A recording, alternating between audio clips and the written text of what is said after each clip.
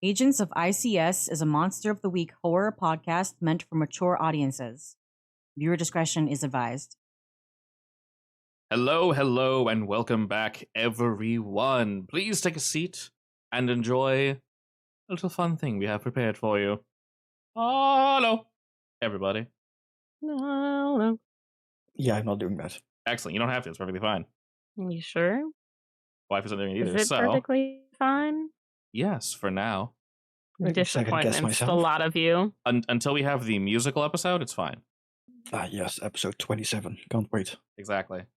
Alrighty. So, our last scene was effectively Carson, currently alone, but allies are in the van behind us, swinging back with the insect cleaning services. We're doing a double check on the Danes. Is it Danes or Daneses? Danes sounds better, like multiple. It should be Danes. Well, you take the last name and have to add the S technically, but... Yeah, there already is. I hate names with an S at the end, because sometimes you add an extra the little thing, and sometimes you don't. Yeah, it does have to be Daneses. Oh, I hate how that sounds.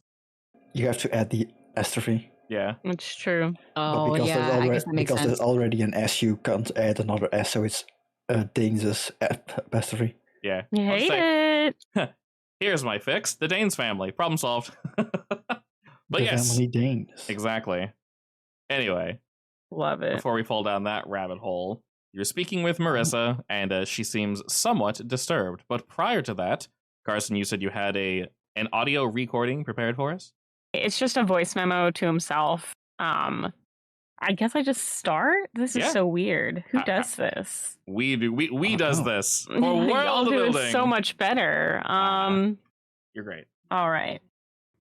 Voice memo, date redacted, case number redacted. Item 1. Creepy kid number 2 that doxed Etta is on probation. Probation officer should be assigned for a short period of time until he's cleared. Follow up on Monday. Item 2. Discovered Kaiba has a witch girlfriend. The world of magic is a small one. Find out if Sophie knows her, just for kicks. Item number 3. Find out if Sophie still likes that vegan place on Main Street. Item number 4. Find out if Sophie is free next Friday at 6 p.m. Item number 5. Find out if Sophie... Carson, you're going off track. Item number 5. Investigate further on how the red reel functions. The paradox of viewing one's own death before the event occurs being the catalyst that eventually results in the viewer's death is something I'm just not smart enough to wrap my head around. Item number 6. File taxes with Lila. Item number 7. Get a good night's sleep for once in your life. End voice memo. Love it. So, we're rewinding a wee bit to the morning. Would this be after you got the call from I.C.S, Margot? I suppose so. This could kind of fit in a couple different days. Sure. Well, you tell me and start when you're ready. I don't really care where it fits, honestly. All right. We can say this essentially happened Wait, right I when... gotta sneeze. Sure. Bless you. I could have just muted that. Why didn't I mute it? Ah, It sounded cute. I was gonna say. All good. I'm so sorry. I didn't want to say anything. I don't know why. I'm sitting right here next to the bound. I don't know. Sorry about that. All good. All right. It was a very important sneeze. It's fine. In my defense, I think maybe my brain was just overwhelmed with the fact that I was about to sneeze, that I had no thoughts whatsoever. Your Honor. Maybe it was in character. Maybe that was Your Honor, Carson please. sneezing. Yeah, it's in character. Exactly. Alrighty. So, Margot, we'll say this occurred right after you were resting quite well, actually. You had already turned in the tape, and I.C.S calls you nice and early in the morning to wake you up to let you know that, hey, something's wrong. You're not done.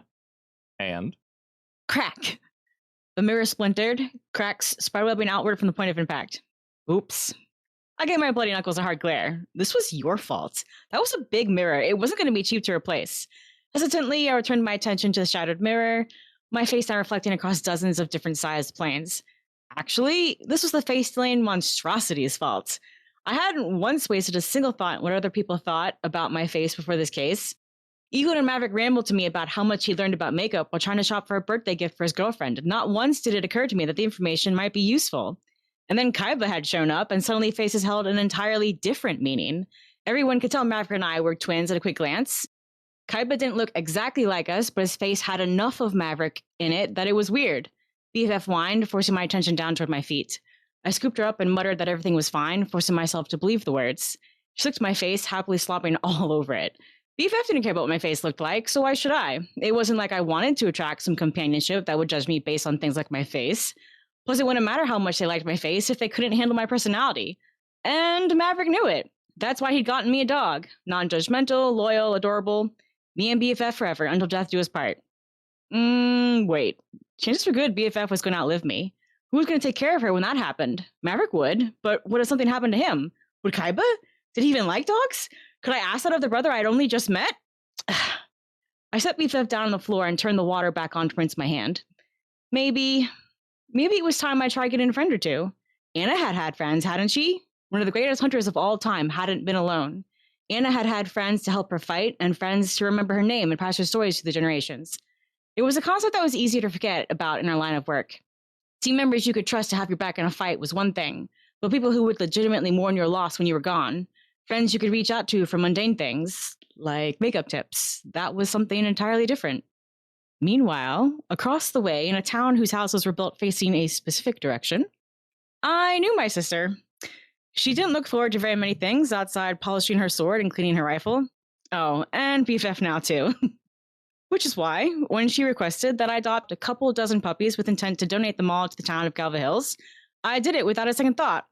Margaret seemed happy to share her newfound love with others, which is also why I was standing here in the middle of nowhere, surrounded by yipping puppies, feeling both disappointed and irritated. It wasn't uncommon to find scraps of other cases mixed in with the main case you were working, but Margot had somehow found herself in the midst of that very phenomenon not once, but twice in a row, and therefore hadn't had time to do this herself. My girlfriend Rose Chang touched my arm and pointed to the next set of individuals, and I launched into my cheerful sales pitch. Man's best friend, cute, affectionate, loves children, will protect your home and yard from potential invaders, such as that pesky fox stealing your chickens, or that pesky rabbit eating your cabbages. The best part? Already potty trained. That's right. Rose and I spent the past week potty training them all, every single one. I had been procrastinating on buying new carpets. I had no reason to procrastinate anymore. Well, at least Mario would appreciate how receptive these people appeared to be. Even if the adults were hesitant to approach, the children couldn't resist. I was pretty confident I wouldn't have a single puppy left. And thanks to Rose, I was going to have a whole roll of pictures full of happy owners and even happier puppies to give to Margot. Puppies for everyone. The good ending. Puppies. It took me an hour and a half to write, by the way. I love that for you. You did a fantastic job. Good job. I think that's good. Alrighty, so Margot, kind of holding that close to your chest. Maverick clearly having I'd say a much better time, but puppy training, what was that, a dozen puppies? A couple dozen. That's a lot of poop, so I don't know if that's a great time. Maybe he loves animals. I think he probably had a great time. That's fair. Plus, it was good success for his excuse for his girlfriend to come over. This is very true. You know, I'm trying to remember, was Rose the one that stabbed you, or was that the other one? Didn't she hold a gun to my face? No, she pulled your knife out and stabbed you right between your armor. Then yeah, it was probably her. Okay. I just remember I had to punch her because she was possessed. Yeah, she was. Okay. I'm trying to recall which one stabbed you. Regardless, everything's clearly doing great now. What a meet cute, right? I know, right? Alrighty. Cute meat aside, Carson, we flash back to reality, and you see Marissa, as I mentioned, looking less than her normal cheery self, but upon seeing you, she chippers up just a wee bit, but you see her sort of absentmindedly go to scratch at her neck as she is effectively saying, oh, to your statement regarding maybe there's bugs. Maybe there's bugs. So upon seeing this, Carson, what do? Reminder, she is currently alone. I would like to try putting her at ease. But I mean, we have to get back in the house, right? Yeah. What angle are we going for?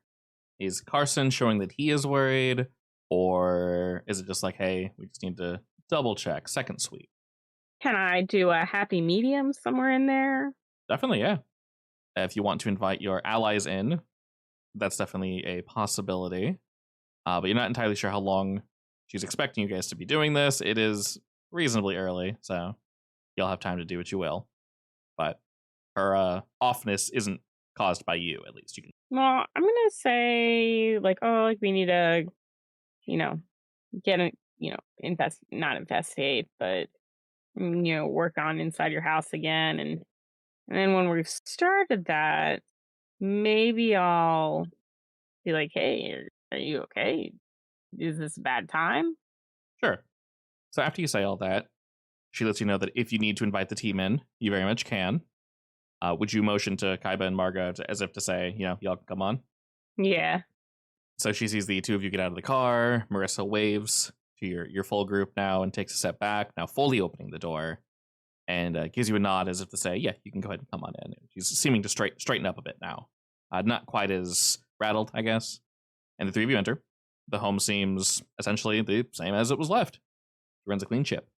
And how's she doing? Better now, I would say, as she just looks at the three of you and says, so, what sort of bugs do you think that we're finding? We were clean last time, yes? Yeah, it was actually clean. Well, the problem isn't in this house specifically, but it can very quickly migrate. So we need to put in some precautions, basically. Unfortunately, invasive species tend to multiply very quickly. So we need to take some proper precautions, as my colleague says. Of course. I'm sure you'll all run as you need to. I will need to keep an eye on your group. If you leave anything behind or need to spray anything, please let me know ahead of time.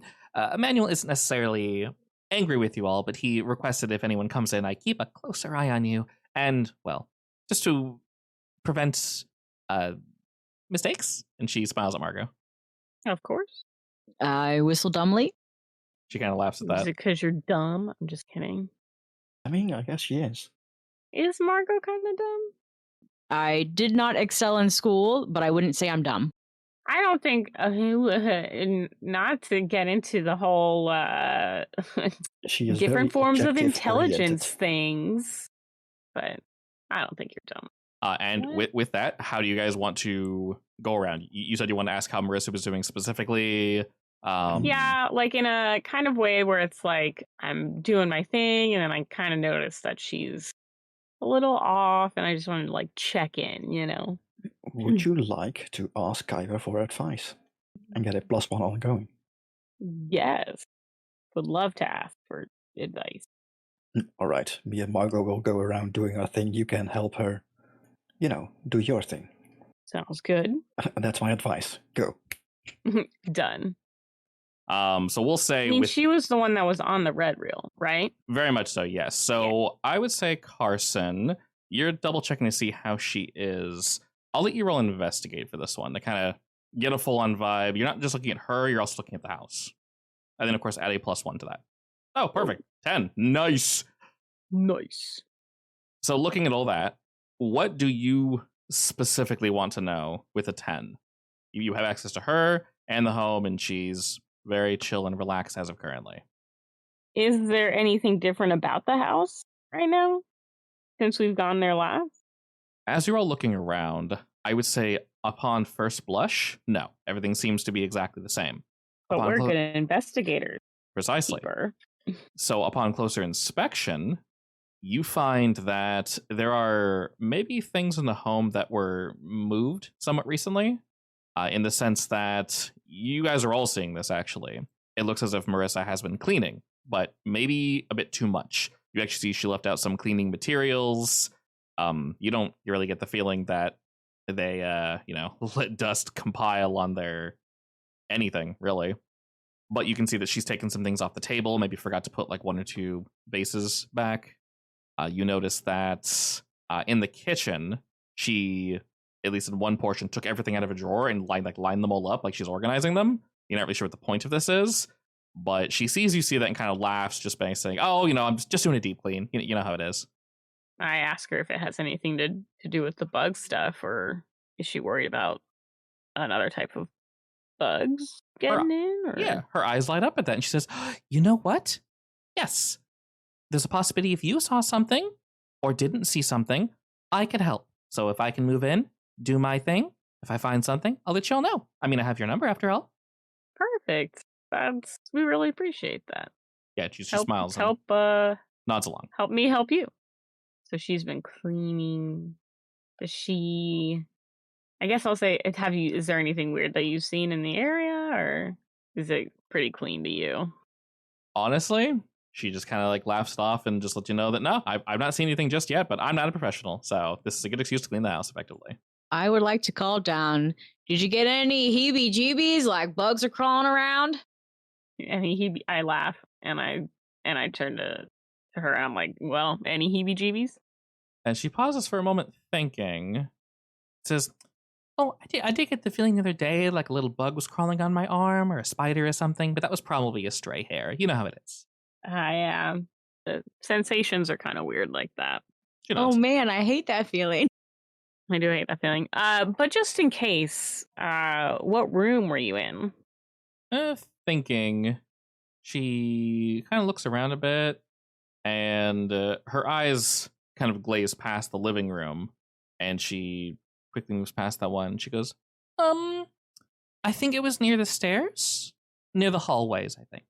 The way that she says that, do I get the feeling like it might actually be in the living room that she was feeling that? As she was looking around, her eyes rested in the living room for a moment and then jumped off of it. Like uncomfortably. She stared at it for too long, yeah. On the red reel, was she sitting on a couch? Yes. Was that the one that was in the living room? Most definitely, yes. Is it reasonable to assume that she's lying to me?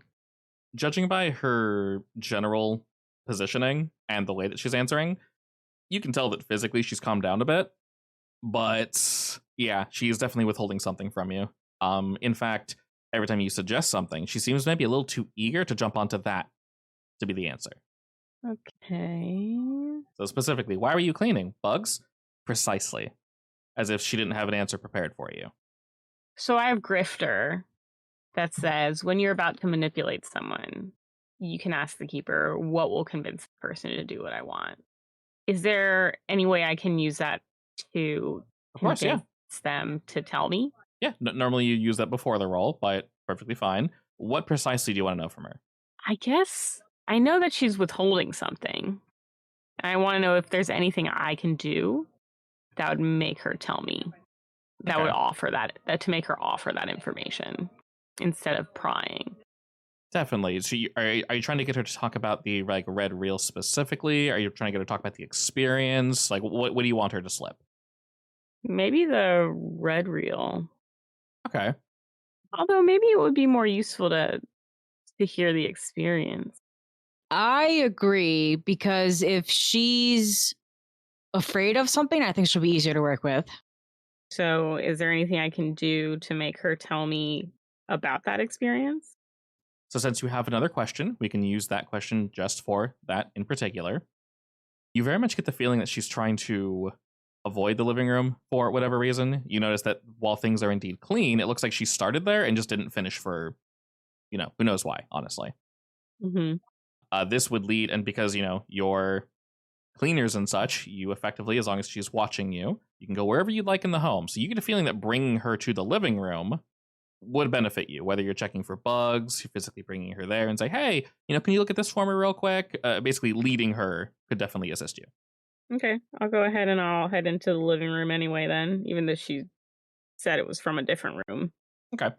She follows you over here, and the living room is quite large. This area leads to many, locations throughout the whole house. There's a back door that goes into the backyard, so realistically, it makes sense that bugs could indeed congregate here. It's also close to the kitchen, so people eat here. Not too hard to figure that out. Mm-hmm. And as you move in, she was very willing to follow you effectively everywhere, just sort of chit-chatting about this, that, and the other, nothing too important, answering your various questions. And upon entering the living room, she does follow you, but before getting too close to the couch, where she could sit down proper, she does indeed pause, and you notice she just continues answering from, 1 feet, 2 feet, 3 feet away as you continue walking, and she does not continue to follow. All right. If she doesn't continue to follow, I'd be like, hey, are you okay? Is there something wrong? Oh, no. No. Why would you ask? You seem a little nervous. I just don't want to, make you, push you to do anything you don't want to do. But you seem like you're really avoiding this room. Is there something? Did you see something in here? She looks around the room as if to immediately notice that, oh God, I stopped walking. What the hell? And she kind of sees you like, why are you so far away from me? And looking about, when you say, did you see something? There's a very clear pause. And her breathing picks up for a moment. She kind of goes 1,000-yard stare, looking at the floor. And she's not looking at anything in particular. She's just staring. And her hands are kind of out as if she was using them to articulate what she was trying to convey to you. And then she kind of snaps out of it and scratches the back of her hand and goes, "Oh, maybe I was seeing some bugs here too. What's the largest bug you've seen?" The largest bug I've seen ever, or like of this kind? She just nods twice. I don't know. Hand Guy will size. shout down, "Big as my hand." Yeah, hand size. She nods. Have you ever seen anything larger? Or maybe there's a phenomenon that makes it look larger out of the corner of your eye, maybe? Yeah, sometimes human perception works like that. Interesting. Like a spider or something that would hang from the ceiling, like that? Did you see something hanging from the ceiling? She's trying to find the words to accurately describe what she's trying to say.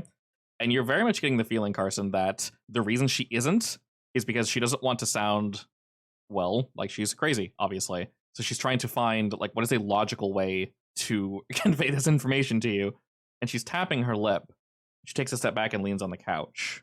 And she's clearly thinking and puts a finger up as if to say, give me a moment. I'm not entirely sure how to say. Like, well, maybe it was a bird or a reflection in a window, like a shadow, right?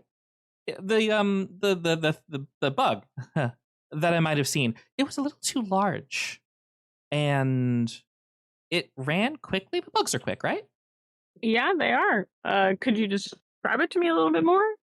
Upon asking this, her very soft nature, how she's moving with her hands and such, becomes more rigid, and she crosses her fingers into themselves, palms facing in, and she begins to kind of, I guess, maybe squeeze her own hands for comfort. And she's thinking, and says, "I can't. That's the weird thing. I can't find what it looked like. A shadow, I guess. Which is why maybe it was a bird just flying by the window. I mean, it wasn't in the house. I didn't see anything. If it was that large, then it would still be in the house, correct?" Pretty likely, yeah. You also notice that she's breathing a little heavier as well. Ooh. So she saw something. Yes, you asked her to describe it, and she's very clearly not stonewalling you. You're legit not sure, vibe-wise, if she actually knows what she saw, or if she's legitimately not wanting to remember. It's difficult to tell. I have a only slightly unrelated question. Yes. How do we protect someone who's been infected by the red reel? Unfortunately, this is not something you know.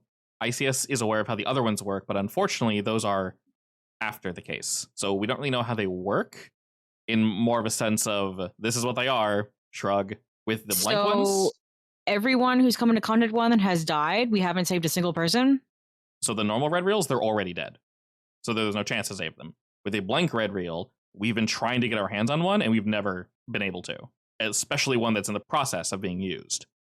Anytime they would find one, it's either already been used, thereby falling into the first or second category, or just nothing. Like, I could potentially use magic to like ward it, but I would need to spend every single day here basically, and that's a no-no. Yeah. And of course, not fail on my roll and explode or something. Indeed. While you're sort of thinking to yourself, Carson, she goes to scratch at her neck again, but this time she realizes that she does it.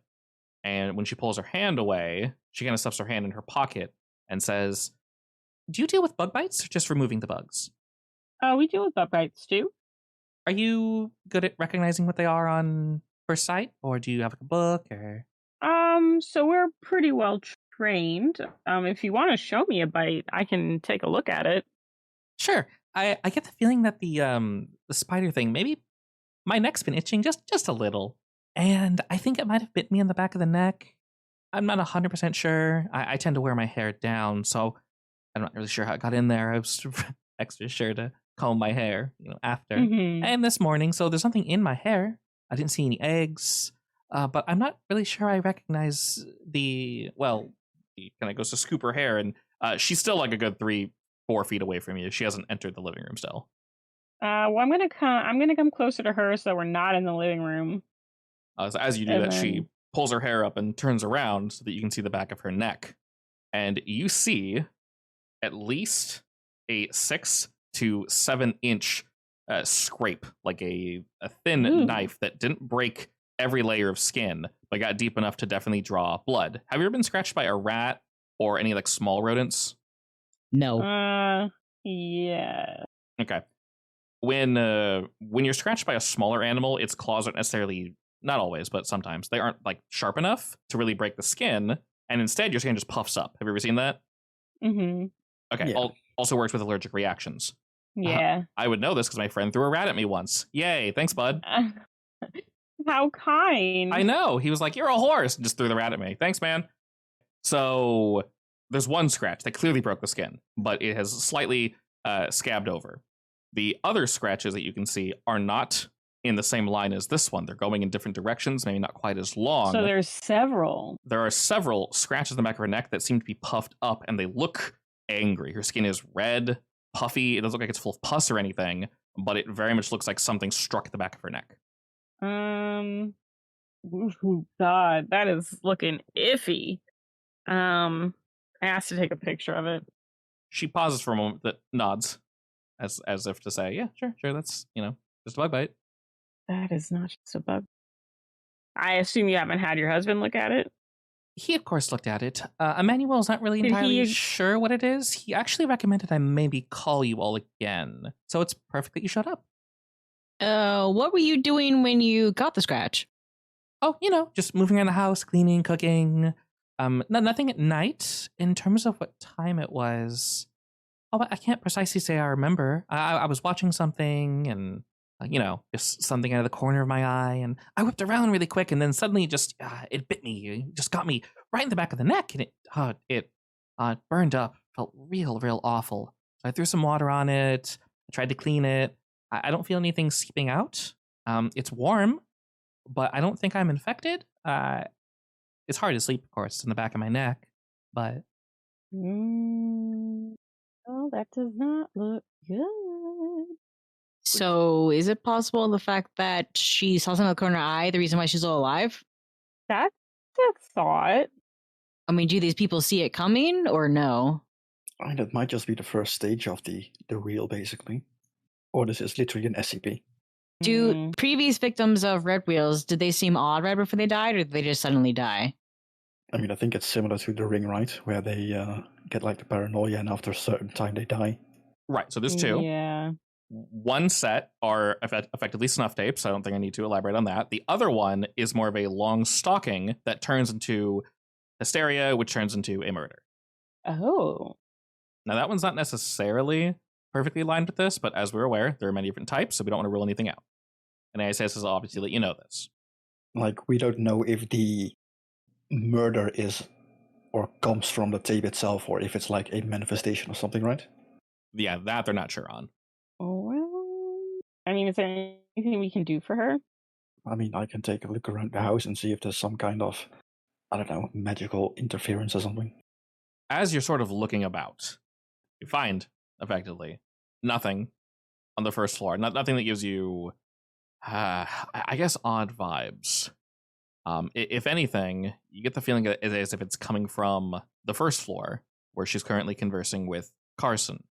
And doubly so, if anything, the room that she's currently refusing to go into, or I guess the section of the home, the living room, just feels off. While you were there, Carson, you sort of felt it as well.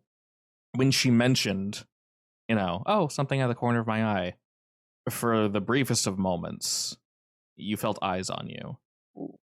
But were you to look in that direction, there would, of course, be nothing there. Yucky. I don't like that. You know what? I think you should stay out of the living room for now.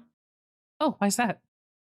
I mean, you did get a bug bite of a sort. She nods. You might be allergic for the pheromones or something. Yeah, you might be. It looks like you might be having an allergic reaction. So it's better to just stay out of the general area, and we'll see if we can get it fixed for you in the meantime. Okay. That would work perfectly fine. I'm just still in the middle of cleaning and messing with other things. so doesn't bother me any. Will you need to stay here to set up anything, or do you need to report back to your boss, or how's this work? Well, we aren't exactly sure what subspecies it is, so we need to look into it deeper, sadly. Yeah. So best we can do is do some precautions, like above board. Would I know of any like remedial house stuff that can like ward off spirits or something? Like sprinkle some salt around. Yeah. A lot of the old myths do indeed work, especially when done with intention and with knowledge that what you're doing actually does indeed work. A lot of the times, belief is really all you need to make something work. In Of that course, case, can I bug spray the house, quote unquote, with the intent of warding off spirits or something, or like evil things for like a period of time at least? The entire perimeter, or Just the room basically where she had the weird thing. it'll be, of course, one downside to this is whatever sign behind that you leave, salt, whatever, is, of course, relatively obvious. Yeah. So it's a little weird that it's in the middle of their home, of course. But whatever method you choose, of course, won't be just throwing salt everywhere, because I'm sure she wouldn't say okay to that. Yeah, they got carpet and such, so that wouldn't be great. Yeah, I'm trying to think what would make the most sense in this case. But we can say that there's like we have bug traps or something, and they're basically just wards. And you can set up enough around the perimeter that she won't question them. She'll think they're bug traps. Maybe burn some incense. Yep. Indeed, they hate the smell, which some bugs do indeed hate certain smells for whatever reason. Yeah. So she sort of nods along to all this, and I'm sure I can get my hands on something like that. yeah, as she's agreeing with you guys to say, "Oh, that makes sense. That makes sense." As she moves away from the living room, Carson and Kaiba, as the two of you are in there, this odd presence that it's there, but it's not. It's on the tip of your tongue is not the way to describe this. But the further she moves away, the less you feel that presence. As she moves back, as she moves back to the kitchen. Does the presence follow her around, or is it just more intense when she's closer? Since Carson, you would have felt it when she approached the living room. It felt stronger since you entered first. When she moved away, it felt as if it went away. Not as if it followed her, but as if the pressure in this room has subsided. And it's only when she gets close, right? Correct. That is strange. Well, we might be able to use your allergies, quote unquote, as a means to find where the bugs are, if they are here. They might be investing, I don't know, a piece of furniture or something. Oh, that's not great at all.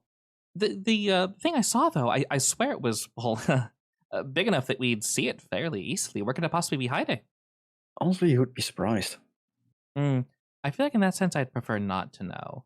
No, it's probably for the best. Like, the saying that whenever you're standing somewhere and there's at least a dozen bugs within a 5 feet square around you. She nods along. Yeah, that isn't exactly wrong inside of a house either. Unless you very thoroughly clean. I thought I was, but apparently not. No offense to me, of course. They are quite small. Yeah, they're hardy bastards, honestly. And that and they do sneak into walls and such, and I can't exactly clean in there. No. Or inside of, he points at, like, do they have, like, a DVD player or a TV or something? Oh yeah, definitely. Huge screen. Or in there. Oh, with that one, she's like, oh, okay. Plenty of open room inside those, honestly. And she seems very distraught that there could be bugs inside of her television. Well, that's how it is. So letting her know all of this, besides setting up these wards that you're kind of doing as you're speaking with her, what's your guys' intent moving forward? She's still kind of cleaning, staying relatively close by, just mainly because she's curious, watching you all. Yeah. I guess we want to know if it's actually the room that's the issue, or like something in the room. What was the question, Margo? Can I use my in good standing with my sect to see if they'll give me something that might draw out this critter? Like maybe it could, I don't know, pretend to be her and draw it out into the open. Some sort of magical item. I mean, we do have a mask, right?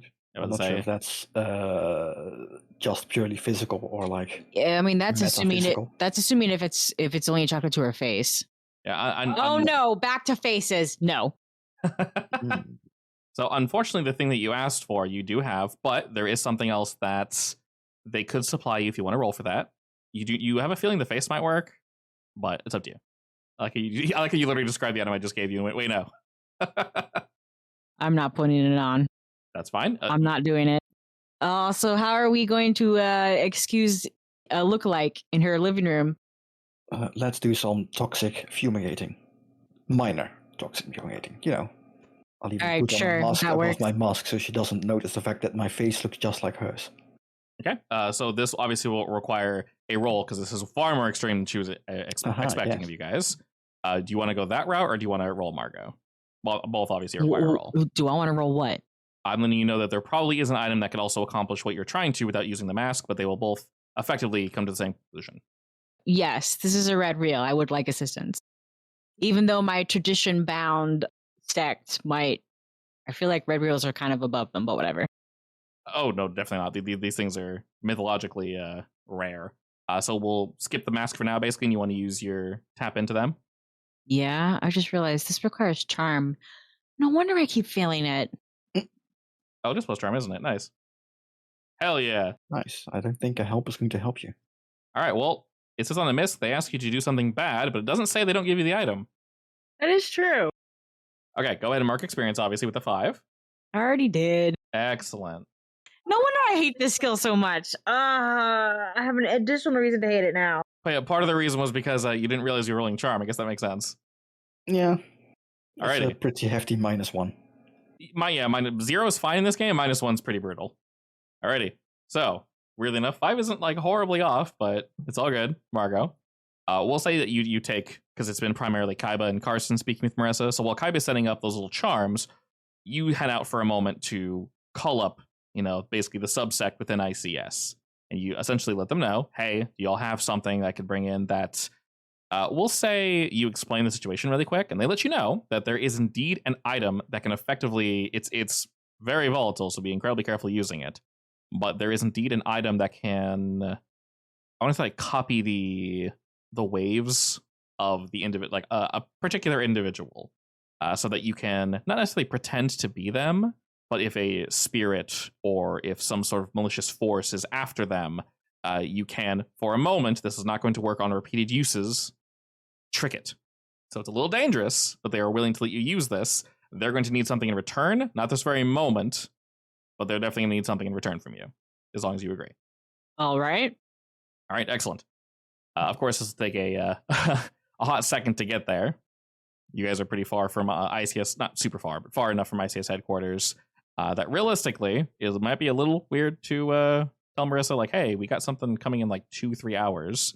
So it's really up to you guys how you want to, well, I guess more so to Margo, how you want to accomplish that. We could use the excuse that we didn't actually come prepared to fumigate, and we need to go fetch the heavy stuff. Sure. All right, that very much works. So you guys are just going to come back later? Yeah. Like, normally speaking, how long do I need to hit the books to get my lore library bonus? Like, is that something that I can do within the hours that we're away, basically? So effectively, that is whenever you literally go and sit for an amount of time, depending on what the thing is. So you tell me ahead of time, I'm trying to accomplish this, and I'll let you know that'll only take, X amount of time of research, or no, this will take you all day researching. So. Okay, now I would like to see if I can find some more information about the red reels and how they might function.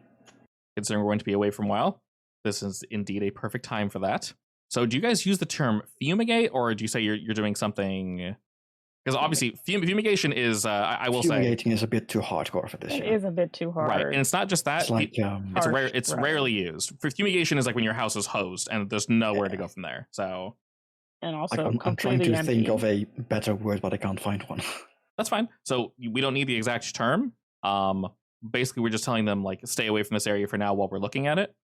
But you don't need preemptive spraying of the area, I guess, yeah. So you basically don't need to leave the house for like a week, basically, because fumigation's like you're not living here. And... Yeah, like they can keep living in it as long as they don't try to lick the tiles or something. Perfect. Okay, so we'll be using like hazardous chemicals in the general area, so stay clear. She seems mostly okay with this. I will say to go down this route, whichever one of you would like. Please roll me convince. Probably not Margo. Definitely not me. Nor me. All right, Carson, you have been leading this pretty solidly so far. So roll me convince to basically let her know, hey, we're going to need to do this to your home. Could have been better. Could have been a 10. Well, realistically, one of y'all can help out. True. Somebody help me.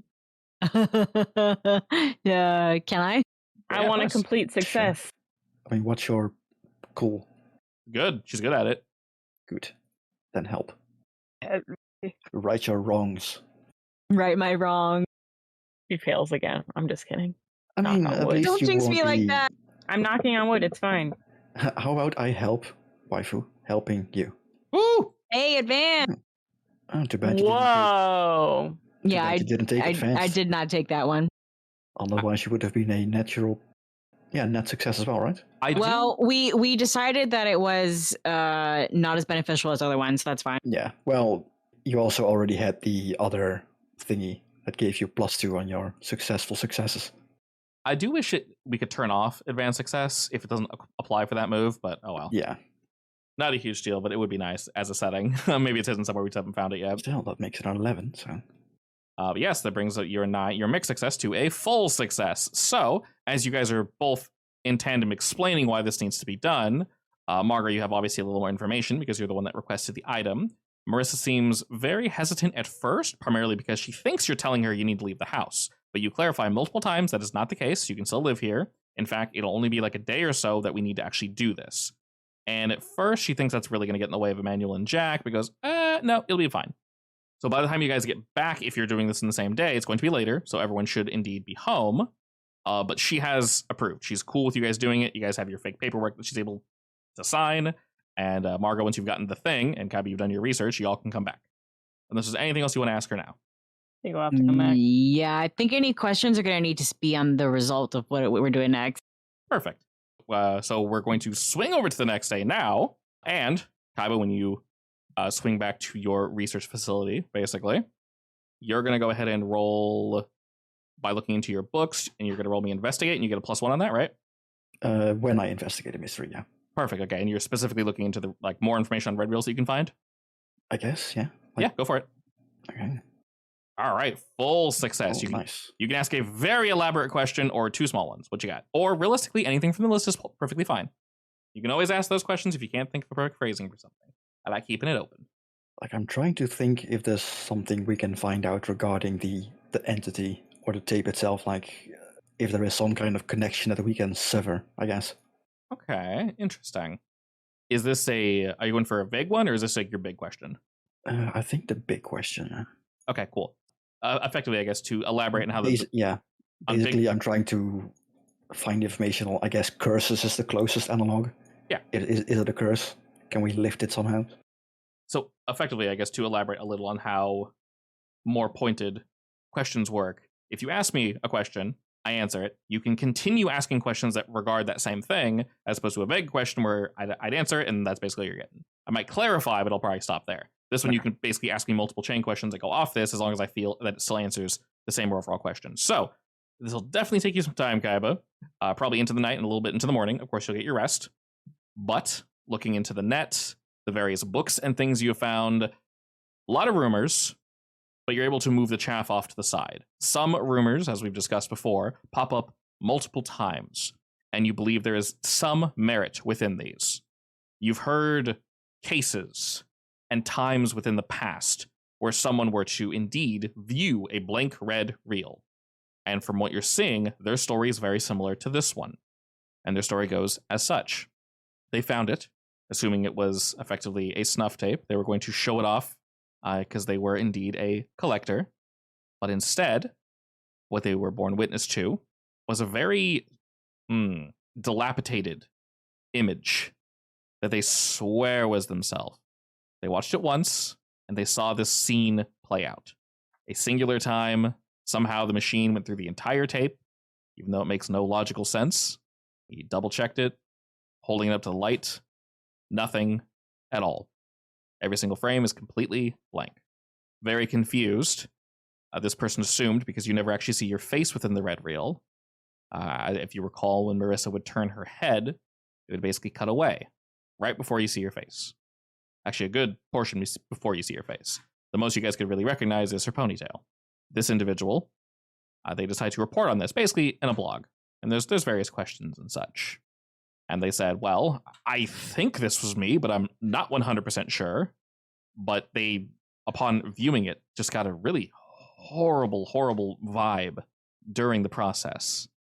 And the scene that they saw wasn't them watching the red reel. It was something benign, brushing their teeth, something along those lines. So they decided, upon the requests of various users online, to view it again. After maybe a day or two of trying to figure out, is there a camera? Is someone pranking me? What is this exactly? Why is it on the reel? So they go to view it a second time to double check they saw what they saw from the right angle. In fact, they have a web camera set up and everything to make sure the angle is correct. Upon second viewing, they see the same scene. The camera getting closer and closer to this person brushing their teeth before they turn, face not visible, the entire duration, and then it cuts to black. But then the scene continues, now in a new location. This time, the user is at work. They work in a storage facility where they move boxes and things of that nature. And here, the camera follows them for quite some time. Notably less dilapidated, but still all the same. Water damage, sun damage, etc., etc. This camera follows them to the break room. And upon doing so, something bad happens to this individual. He didn't want to view it again. He lets everyone know in the forum. This was not, he felt really just sick after, sick to his stomach. Once again, could not see his face. The blog goes cold for a day or so. He comes back and reports that exact same thing happened. He was working, minding his own business, nothing day one, working, minding his own business day two, and he goes alone into the break room, where he felt a presence with him. This presence caused the refrigerator to fall on top of him in a panic. It did not kill him, of course, but he broke his left hand. And now this individual is indeed worried.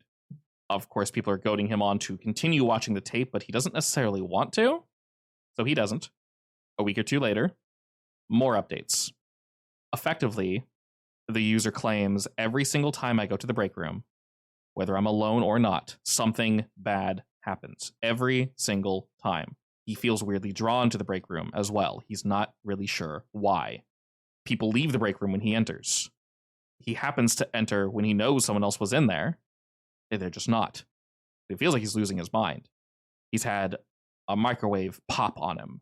He's had things fall, shelves fall, crush, cut him, things like that. This goes on for quite some time, a few months, of course, because he gets, workers' release. He broke his hand after all, so he was doing less physical labor. And now people are pushing him. You need to watch it again. This was just going to happen forever. You're going to keep, whatever this is happening, it's going to keep happening. You have to keep watching. So he does. And instead of explaining what he sees the third time, he refuses to elaborate. He refuses to even think about what he saw. And he just says, for now, I think I'm done with the blog. If anything happens, I'll keep you guys updated. But the last scene made no sense. So I'll just leave it at that. I might watch it again.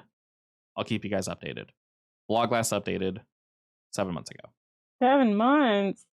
Oh, man. Did he... So wait, what was the last incident? Or the last scene that he said didn't... The third one or the second one? The one that he said didn't make any sense. The third one, he refused to elaborate, mainly because he thinks someone in the blog was trolling him, or someone was trying to hurt him.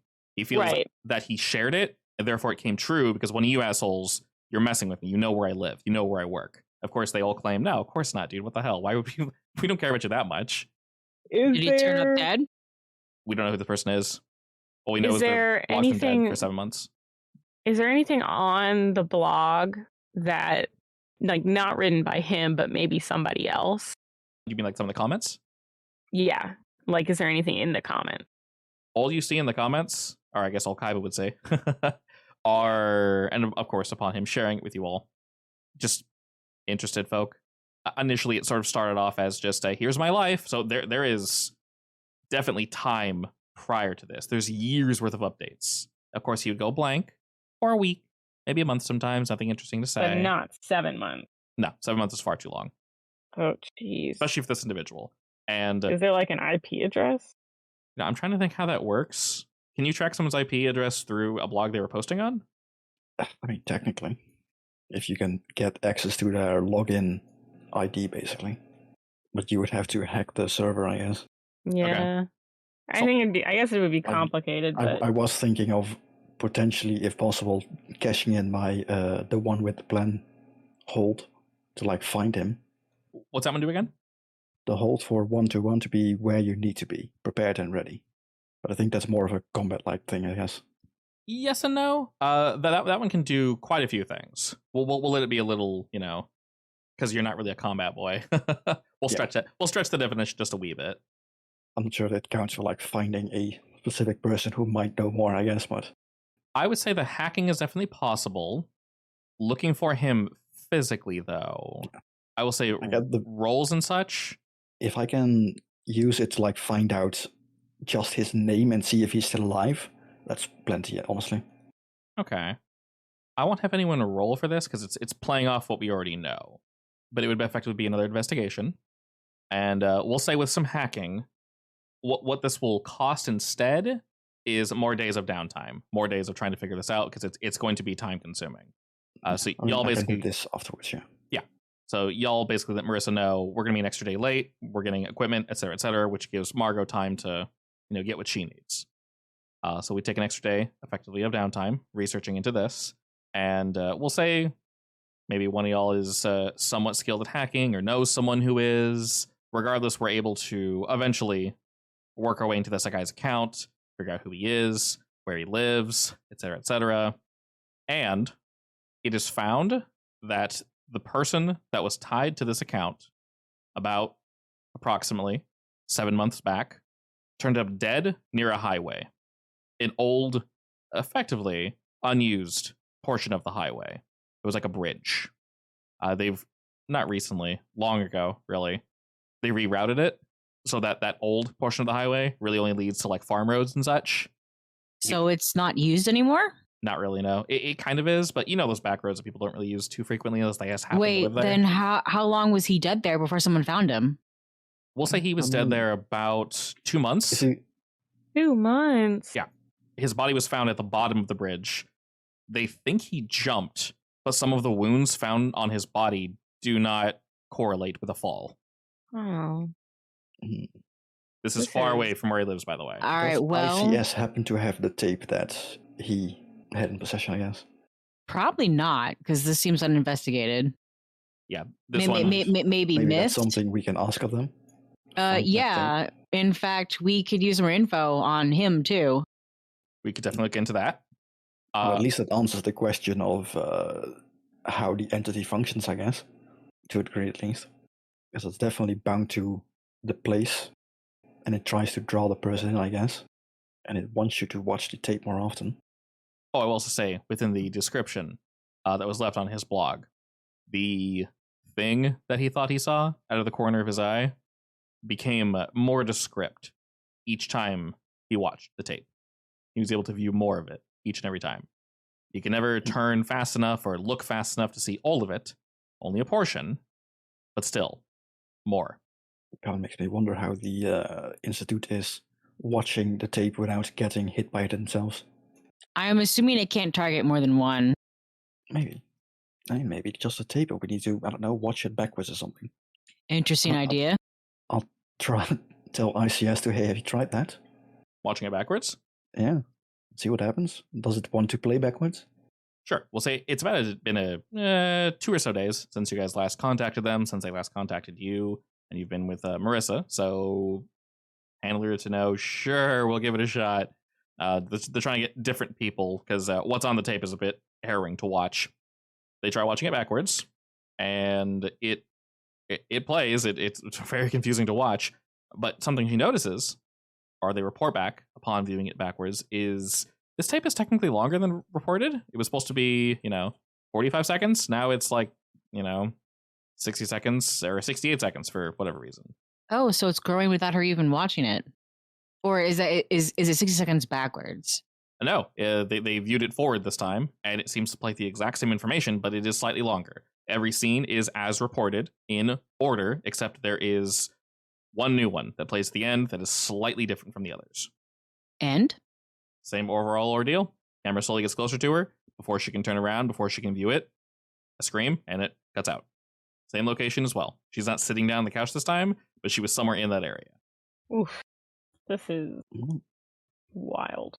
Yeah. The red reel isn't, possessed, right? The ones that we have that are finished. We do not believe they are possessed. They merely hold information, currently possessed at least. They merely hold the information within them. Were there traces that they were once upon a time possessed? The non-snuff film ones, yes. They believe there is some form of residue left behind, but of course they cannot precisely place it. It is clear, though, so they should be safe for viewing. They're horrible to watch, but still safe for viewing. I mean, I could try putting it into this world. I mean, that's what I'm trying to do. Oh, did I use my hold for that question, by the way? Yes, yeah. So You that could use one, if there's anything else you need to elaborate on that, I very much can. But yeah, if possible, I'm not against using magic to see if I can draw the thing out, get a good look at it, potentially kill it. But we definitely need them out of the house for that. Yes, well, I have used up my ties on that item that I'm asking for, so I can't ask for a bug one. Actually, you said that the descriptions of the creature became more descriptive, right? Yes, the blogger was able to basically get more information the more he watched the tape. He was able to see more of it. Any details that spring out that we can send over to I.C.S. to have them look into it? Like, does it actually look bug-like and stuff like that? Or? It does not. In fact, the more he describes it, the more nightmarish it sounds. And she hasn't described hers quite as much. She didn't really ask her to elaborate. So unfortunately, nothing to compare it to. But he was able to see more of it. And it seemed, the details seemed very particular. He didn't really like sharing it for whatever reason. I guess we're gonna have to try the thing that waifu got from her organization first. Maybe we can get a better view. I am going to come with some tools, though. If we're trying to lure this thing out into the open, we're probably gonna have to fight it. Can I say that I prepare some stuff to potentially cast some magic when if it does appear? Yeah, it entirely depends on what we're trying to do. I guess what you're trying to accomplish. Basically, I'm trying to trap it, I guess, to get a good look at it. Sure, it would take us, we have some downtime. So within that, you're able to prepare what you think is something that will help you with this. So unfortunately, we don't have enough information to, of course, pin it down, but we kind of know how things work. I do have my magic laboratory and my mystical library, so I get some bonuses for that. And of course, I can always use my armory. Actually, within the context of the game, since we changed some rules, does my magic armory still let us do the same thing? Or I can basically roll to have the special weapon we needed to kill the monster on me, potentially? We don't know what it is precisely, but I would say if you want to roll that, you're more than welcome to. You'll, of course, do it prior to getting there. Well, I would be rolling it after we find out what it is, yeah. Yeah, so you can roll it after you trap it, or? Yeah, so my idea is basically that waifu is using her magic item thingy to lure it out, and I'll want to use magic to, I don't know, make it visible or trap it for a bit so we can get a good look at it and maybe identify it. Like if it's a ghost or some kind of curse or a literal monster. We can definitely do that. And then I can roll my armory to potentially get rid of it. Well, we'll find out. We postpone a few days with Marissa, but now we should have all the things and all the information that we need. Do we call her or do we just swing by again? Yeah, we can make an appointment, make it official. When's the best time for you? Excellent. As few people available as possible. Upon calling, she doesn't answer, but Emmanuel does. He definitely seems confused as to what you guys are attempting to do, but he'll let you know that he's definitely going to need to... We'll all be here, effectively. He needs you to run us down exactly what you're doing from start to finish. No, we can do that. Yeah. But realistically, they're available over the weekend if you guys want to swing by then. Sure. Alrighty, so your group is able to pull up to the house. I.C.S, I don't know, type me out a manual, I guess. To like say random shit to get them off our back. For who? Good logical. For the family, the Daneses. Sure. Because I'm not a bug person. So of course we have prepared what we need to have prepared. And you all pull up. Emmanuel's vehicle is indeed in the driveway, and you all can see Jack kind of effectively playing by himself in the yard. He's kicking a ball off a wall. Hey, Jack, you being a good kid? As you guys get out of the vehicle, and I wave his direction, he gives you a thumbs up and a big smile. Great. As you say that, though, you distracted him for a moment, so the ball goes soaring past him into the street, and he looks at like,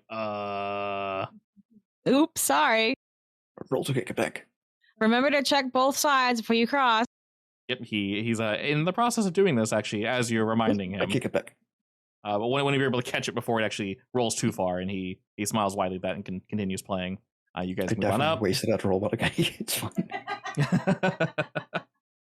Good and happy. A failure would have mean you kicked him in the face with it. Probably he just dies.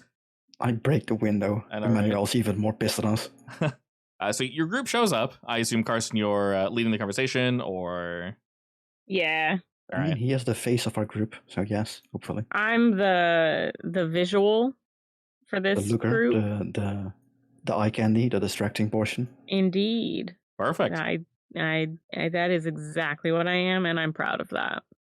As the door is answered, you see Emmanuel standing in the frame, looking down at you all. He gives you a quick nod, but rather than motioning for you to come into the home, he closes the door behind him, waves for Jack to take that behind the house, please. Don't lose the ball again. And he nods and he opens the fence, heads to the back, and looking at the three of you, Emmanuel gives you all a real quick up and down. And then he says, "So, what precisely is going on in my home?" I had I.C.S, our company, print out a pamphlet for you. He starts reading it, then he flips through it pretty quickly, pulls it. It's basically a bunch of nonsense like, yeah, this is a species that totally exists, quote unquote, and it's very invasive and it's, need to get rid of it. He doesn't seem as interested in that, and then he looks to your group, and he looks to Carson and says, "What did you tell my wife?" What did I tell her? Yes. She's been... What do you mean? Distraught the past few days. Distraught? Yes. Over a bug? A bug?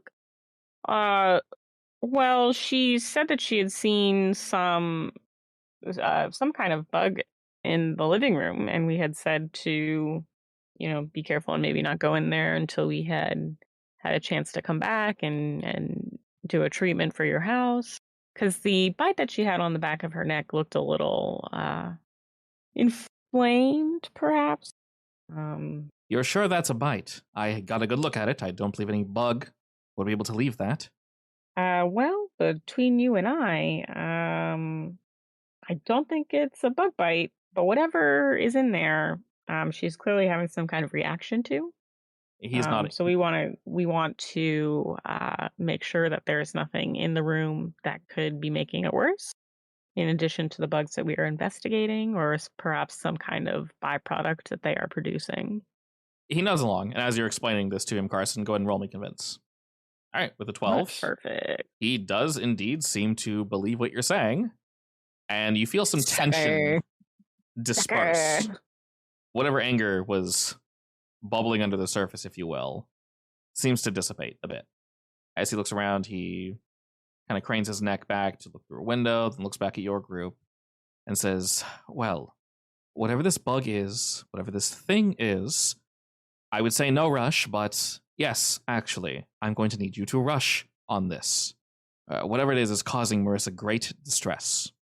It is our main goal to be able to remove whatever it is from the house. I apologize if anything that we spoke about caused her any additional distress. We are trying to make it better. Understood. I'll speak with her again, and I see that your whole crew is here again today. What precisely are we doing? Give me the rundown. Yeah, I'll give him a fake itinerary. Okay. He nods along at that, and he goes, okay. He looks maybe back at in the package that Kaiba had printed out. Yeah, he looks back at that package. There's a whole list of precautions. There's like one of those 101 easy step-by-step guides on what we're going to be doing. Yeah. Spraying the corners. Yeah. Leaving some stuff behind. Do you need them to step out for the day, or? It's one of those cases of it's best if you aren't home technically, but you can stay as long as you don't stand in the middle of the totally present fake poison gas we're spraying, I guess. Okay. So he knows what you're doing is going to be effectively non-invasive, non-destructive, so he agrees to all this. He signs the definitely official paperwork. Do you want them in the house or not? No. Okay. He agrees with that as well. Is that a sneeze? I'm so sorry. Bless you. I forgot again to turn off the mic. It's fine. It's in canon. It's in character. Carson sneezes.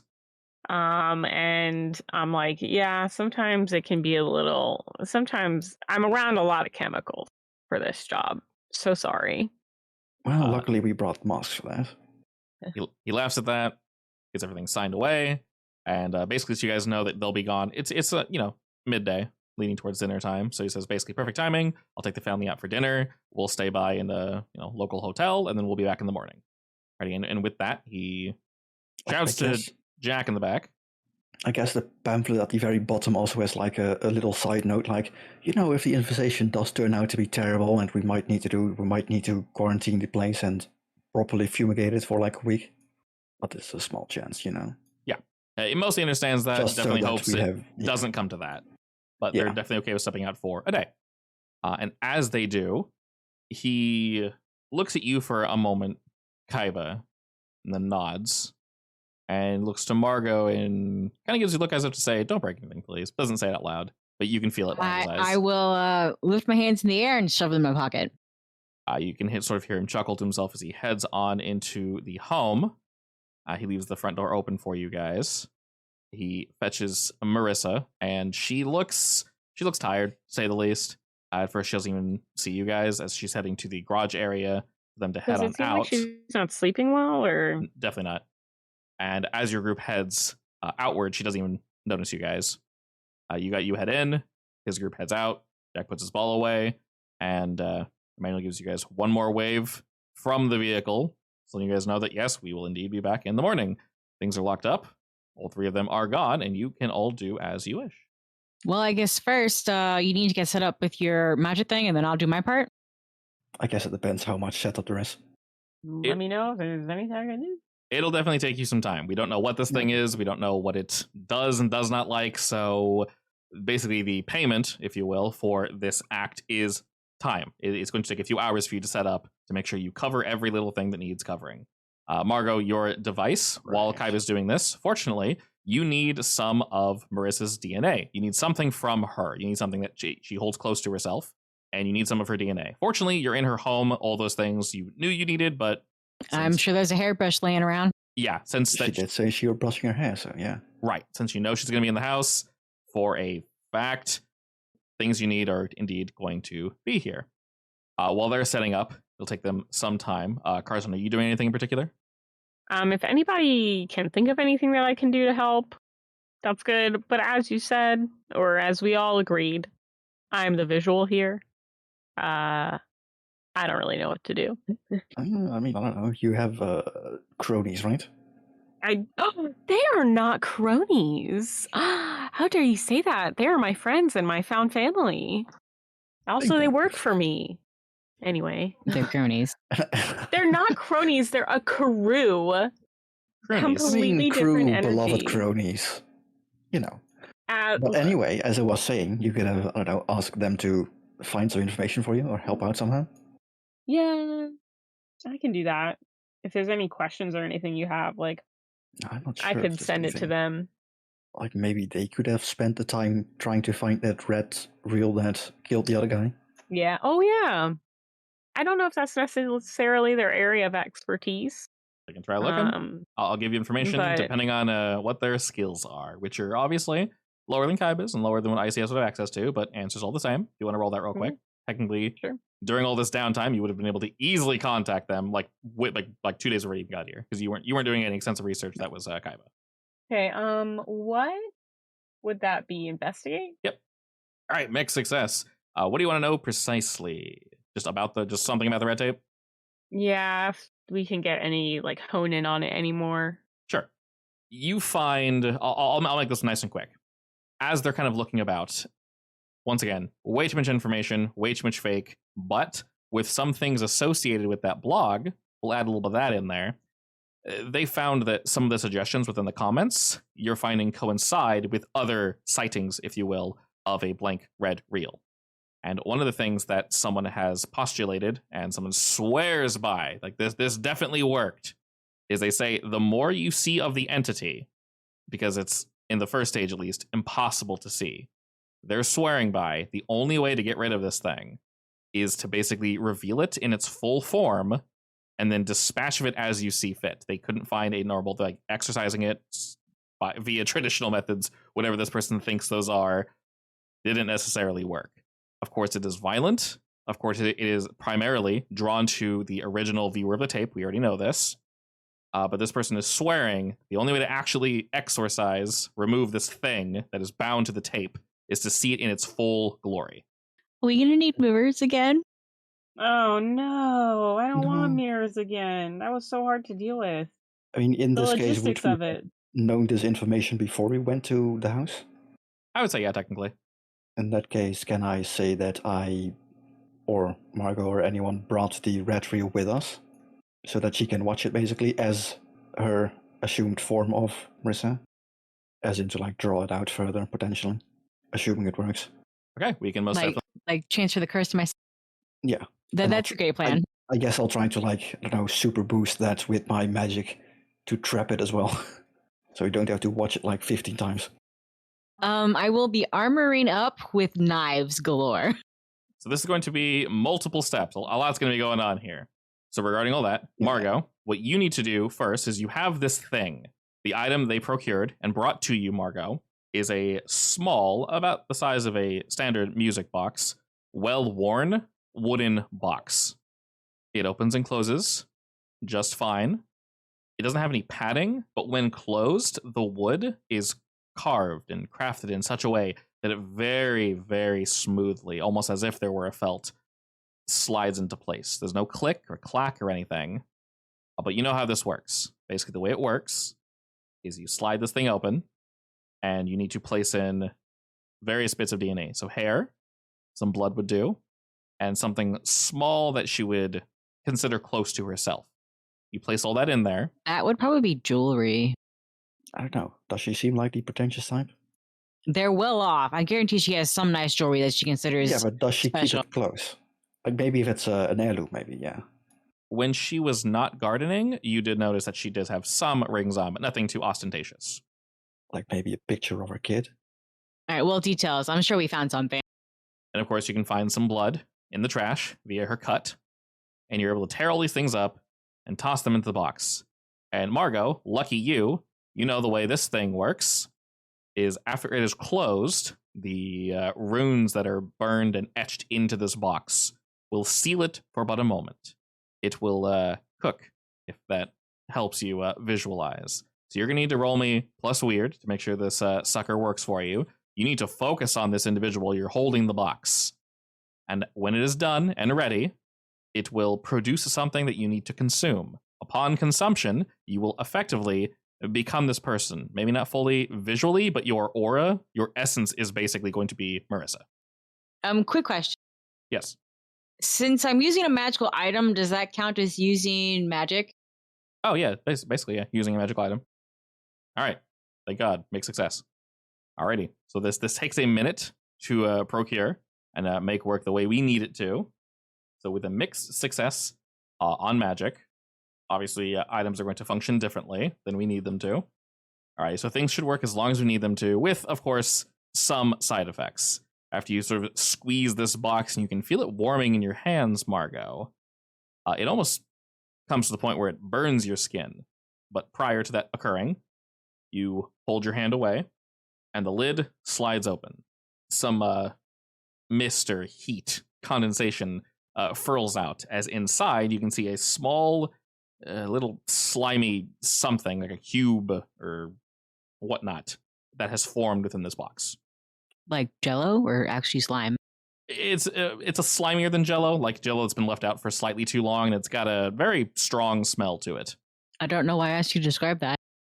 I will pick it up and pop it in my mouth. All right, as you slide this thing into your mouth, you cannot help but feel there is definitely something solid in there, but it's best just to swallow it and not think about it. All in a day's work. All in a day's work. Unfortunately, it coats the back of your throat just a wee bit, but you begin to feel a tingly feeling running up and down your arms and legs. And while you do not change physically, Margot, you suddenly wonder to yourself if it worked at all, or if this is just your body trying to reject what you just put into it. But after a few moments, for some odd reason, you feel two very clear sensations. One of them, you feel very drawn to the living room. The other one, you feel as if you do not want to go to the living room. Well, I'm going to the living room because that's what I have to do all in a day's work. Excellent. So you mentioned wanting to watch the Red Reel again. When are we doing this and how are we doing it? Right now. Sigh. Did you want to watch it Basically, we want to watch it while she is transformed, so to speak. so that it becomes more solid, Right. and I can properly draw it out. In the living room or somewhere else? Right? Yeah, living room seems best.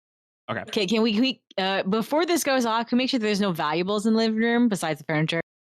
Yes, we can say we can say that Carson spent some time moving around to take things out and not knock over anything expensive. Very smart. Yeah.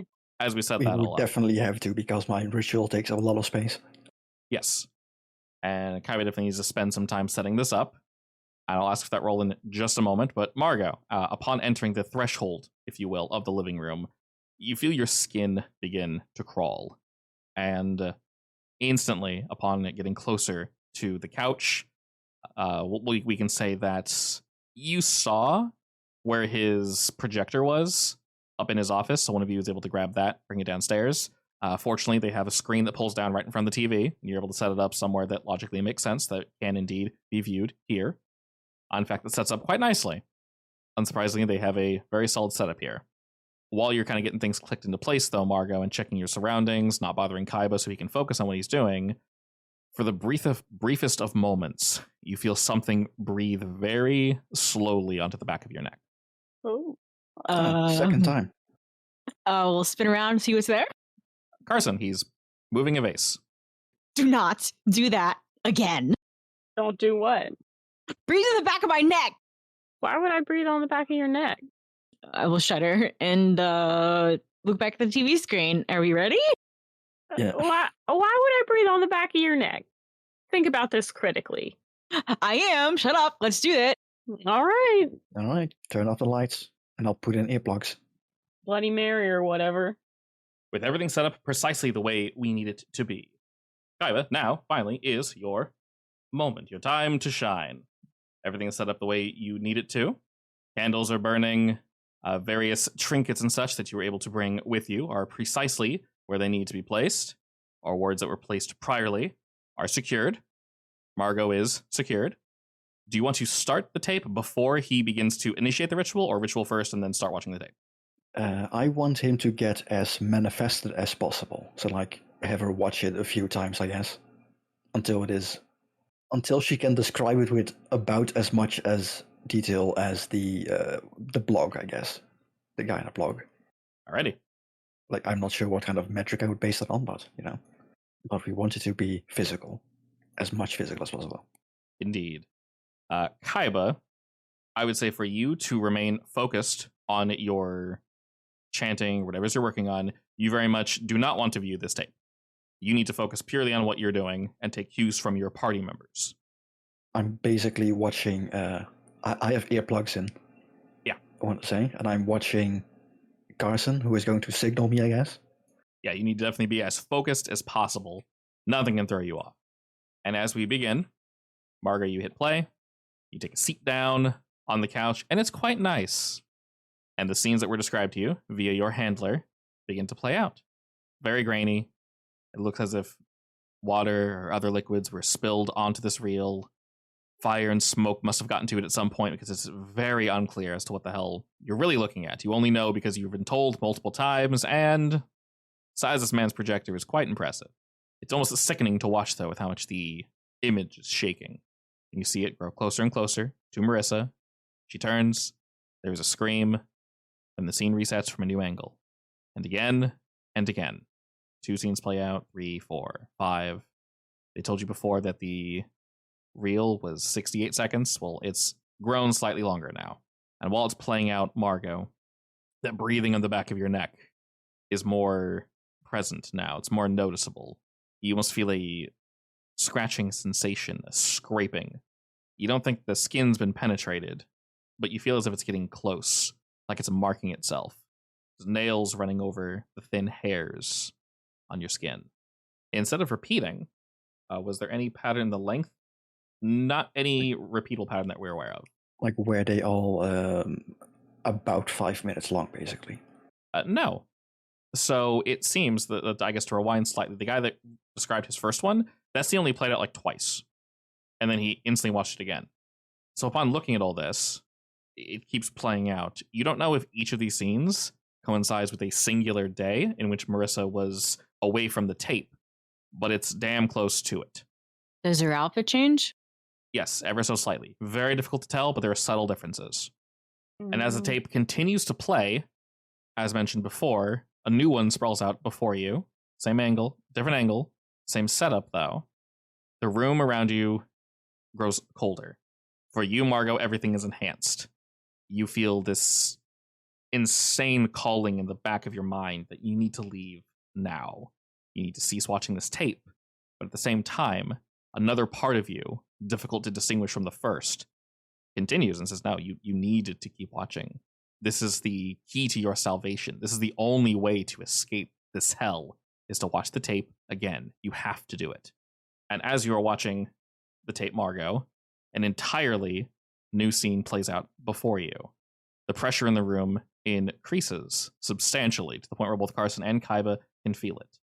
Kaiba, I will now ask you to roll me. That's weird. Using the magic. Wow. Oh boy, that's a 4. Hey, so I have these things called lucky.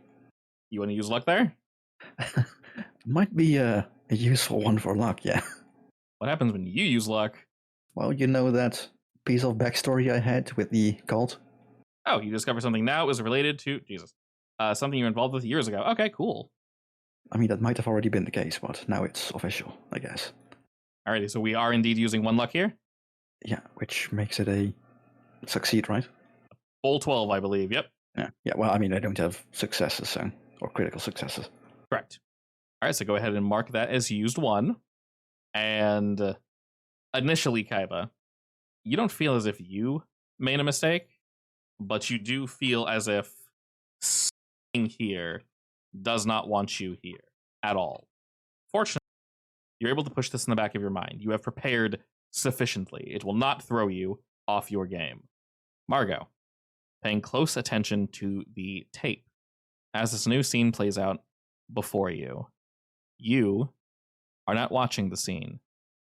You see this, almost as if you're the one recording it. The room around you fades into nothingness, Margot. And you move forward as you open the door to your basement. You begin to walk down. A little shaky, but you've been here multiple times. You take step after step after step.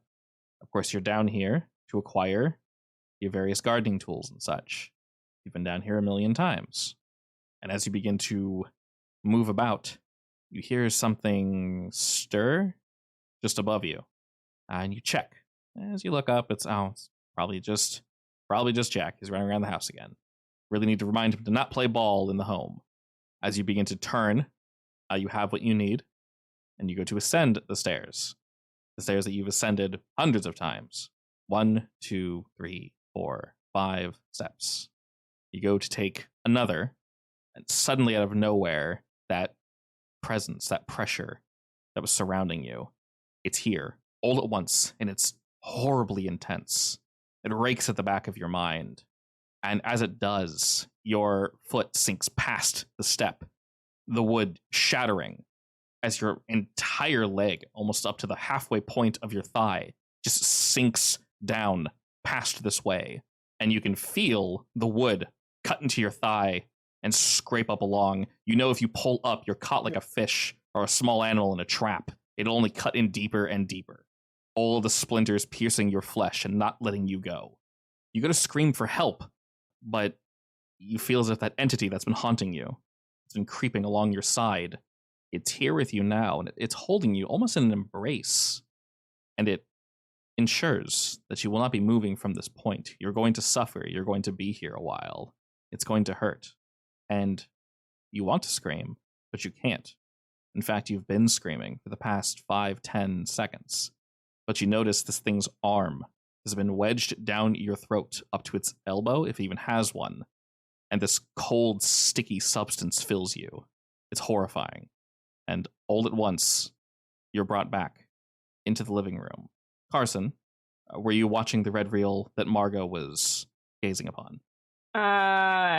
Yeah. All right. Because I'm a F around and find out kind of guy.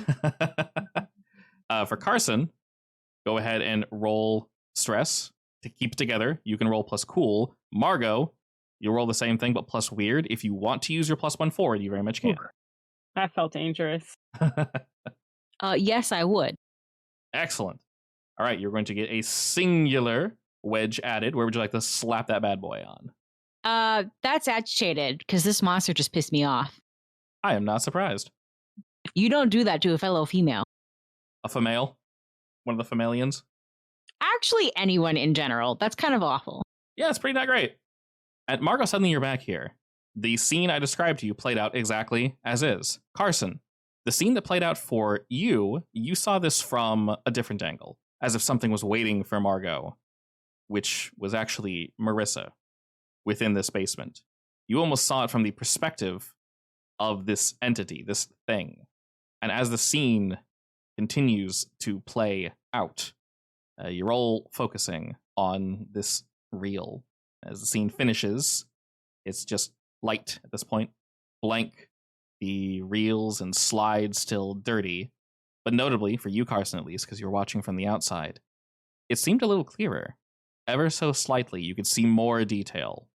Definitely notably, as opposed to that first set of images now. And as you're all kind of focusing on this, waiting to see what it means, I guess Carson, Margot, you hear a wet slopping sound come from the corner of the room. Ew. Well, my attention immediately goes there, and I will start grabbing some knives. As you go to grab for some knives, Margot, Marissa, you notice there's something lying on the floor. It looks humanoid in shape. It's lying on its back. Its head and neck are cricked and cracked backwards at an entirely unnatural angle. Its limbs, arms, legs are twisted in all various directions. If upon first glance it's hard to tell, all the lights are off in the room, of course, so that we can view this tape. But it looks like it was just plopped down. There's this black ichor or some sort of liquid that's running down the wall, and you can see it was seeping from the ceiling, and it's just there on the floor, unmoving. You can hear something bubble up. Turn the lights on, please. Turn them on. Carson, you turn to go to flick the lights on, but as you do, you reach out for where they should be, and the wall's flat. There's nothing there. Excuse me? Margaret, you see this thing clearer now. It is very obvious to you that whatever this thing is dead. It's long dead. It looks as if it was a corpse that is spent far too much time in the water. Was there water in that bridge that kid jumped off of? Yes. Oh my god. Are red Oh, reels boy. like pass it forward kind of things? Self-propagating reels. Nice. Not to your knowledge, no. Upon looking at this thing, Margot, you're grabbing for your knives. What are you thinking? I'm thinking Margot's first and primary thought is to screech, "Show yourself." As you scream this out, Kaiba, you're focusing on the spell. You know it worked. It slipped for only a moment, but it most definitely worked. You feel as if this thing is here with you, and you cannot slip. You can't slide. You have to remain focused. Otherwise, someone here is going to get very, very hurt. And you feel this pressure, this presence rise. You know it's here with you now. And Margie, you scream to show yourself. You receive nothing in return. From your seat, off to your right, just past one of the lazy boys, you see this dead thing seeping into the carpet, a black bubbling ooze pouring from one of its sockets. I don't really know if I want to touch it. As your voice hangs in the air, the stench begins to reach you. Unmistakably, the smell of something dead. So the tape has been telling me to go to the living room, right? Does it tell me anything new now? Like to the basement, perhaps? That feeling is fleeting, but as you think, you're torn. Part of it says yes, stay here. But a smaller part that grows and bubbles up, is whispering to you that, yeah, descend the stairs, go down there. You need to. You know you want to. You get the feeling that that first intent, the first voice, is held in place due to Kaiba.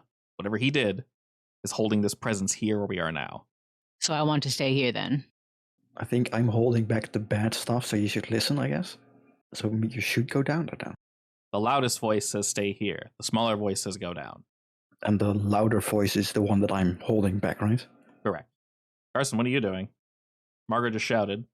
You do see this thing in the corner. I smell it. Oh yeah, you can definitely see it. What does it look like exactly? essentially the thing I described before. It's a corpse that's all just tangled up and broken to pieces. Very Is it clearly. dead? Oh, 100%. Corpse. 900. Yes, it's a dead corpse. Is the corpse dead? Is the corpse dead? That's literally what makes it a corpse. Yes. If I anything, mean, in our line of work, you never know. true. With the slime you see running up the wall, it looks as if something, like basically no-clipped into our reality from somewhere else, and that something being a body that's been in the water for far, far too long. So did you say that we're no longer in the room, basically? Like the wall is gone, or the light switches are gone, or is it more of a, this is a fake pseudo realm? The room still looks the same, but yes, the switches seem to be gone. Upon looking around, Carson, you don't see any. So it's like weird. a low poly copy of the house. In a way. Do I have enough freedom in movement that I can at least say, like, I'm keeping it in place, go find it? Yes. Okay. Go find it as in go downstairs? Either that or, I don't know, find it. Kaiba doesn't know. He only knows that he's currently keeping the thing in check, like it can't move. It can't go anywhere. Just don't. But he also has his eyes closed so he can't see anything. So then I should listen to the stay here voice. All right, I will approach the body. As you begin to approach the body, Margot, you hear something begin to bubble. And even though we reside in darkness, the light from the projector is still, well, projecting on the wall. The tape has run out, and you can just hear it slapping against the projector, just tick, tick, tick, tick, tick, tick, tick, as it begs for more tape. As you move closer to this thing, that bubbling sound gets a bit louder, and you swear you see as the light splashes upon it. Its very dead head juts and moves slightly, and you can hear pressure building up, more bubbling as you get closer. I mean, do I feel like it's trying to resist more, or does it not change for me? Not necessarily. It's doesn't like whatever you're doing, definitely, but it hasn't increased. Okay. Can I try to stab the body? You brandish your blade, you move in to stab the body. As you take a step forward, your boot squishes into the carpet. And the second it does, this corpse coughs up an unnatural amount of just gunk and viscera that's been swirling around its gut for far too long. And this corpse, Margot, is now moving. And one of its arms clicks and flips backward as it begins to right itself and slowly move towards you. Margot specifically, please roll me stress with cool. That's some cool stress. Excellent. Because this I'm is something. having a bad day, I see. It's all good. Go ahead and mark experience with the 6, because this is particularly something Margot's not a huge fan of. You add 2 pips somewhere, and I'll add that extra pip for Oh it. shit, you're right. Yeah, not great. So Margot, Oh, man. you add 2 pips somewhere, and I will add 1 pip somewhere else. I think this would count as stress. Are you sure you don't want to get educated? Yeah. I'll go ahead and throw that third one into stress as well. Yeah. I mean, I also don't want to see you destroy this guy's house and get pissed off even more, so yes. Exactly, yeah. That and it's Walking Dead. I'm pretty sure that's stress, not agitation. Upon seeing this thing, Margot, we got a 6. How do we feel? What are we doing? Well, I'm gonna go ham and start attacking. All right, you're just gonna move in and go to strike it? Yeah, and I will screech, "What the F are you?" Closes eyes, swings heavy blade. No, I have my small ones today. Oh, okay. All right, with small knives, go ahead and roll me to kick some ass. Nice. Something you're good at. Excellent. Is there any way I can help? You can help. Oh, most definitely, yeah. My knives will only be 1 harm, right? Because my silver knife is 1 harm. Yep, Can I distract it? very much so. Are you like throwing something at it, yelling? What are you doing? I'm throwing something at it. All right, cool. We'll decide what you throw in a moment, but go ahead and roll me to help out. Excellent. Nice. All right, another full success. That indeed brings you to a 12, and you do have Which means I get You have advanced. advanced success for you this have class. advanced on kick ass, so you can choose one of those 4 Yeah. effects. Alright, well, double the normal harm isn't really gonna help me. I mean, double. It's 2 harm, I guess. Yeah. Yeah, it would be better if I had my big sword, but we're inside a house for crying out loud. Well, what does it mean? Your attack drives the enemy away in a route. If the enemy were moving and trying to accomplish something, one of the plus 10 results is you can force them where you want them. So if an enemy were charging at you or trying to get an item, you can move it away. Or in a route, you can basically tell it to piss off, or you can legit move it far enough that it's not a problem specifically for Kaiba.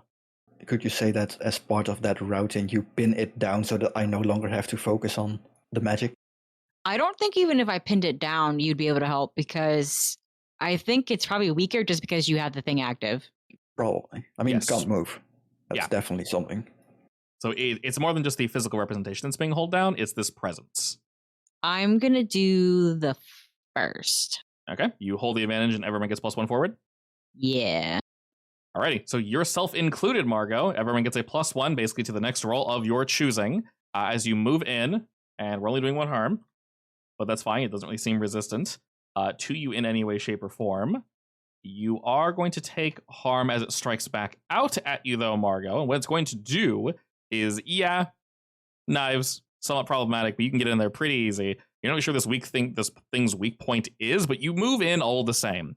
So this thing charges forward towards you, Margot, and you get the feeling that it wanted you to engage with it in this way, as it legitimately leaps out towards you, wraps its arms around you, and you can feel this sickly, cold slime of its body begin to engulf you.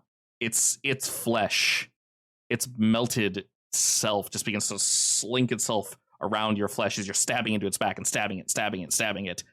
And it just pulls closer and closer to you as it's slapped basically up against your chest, and you know you can strike it. You can definitely get it.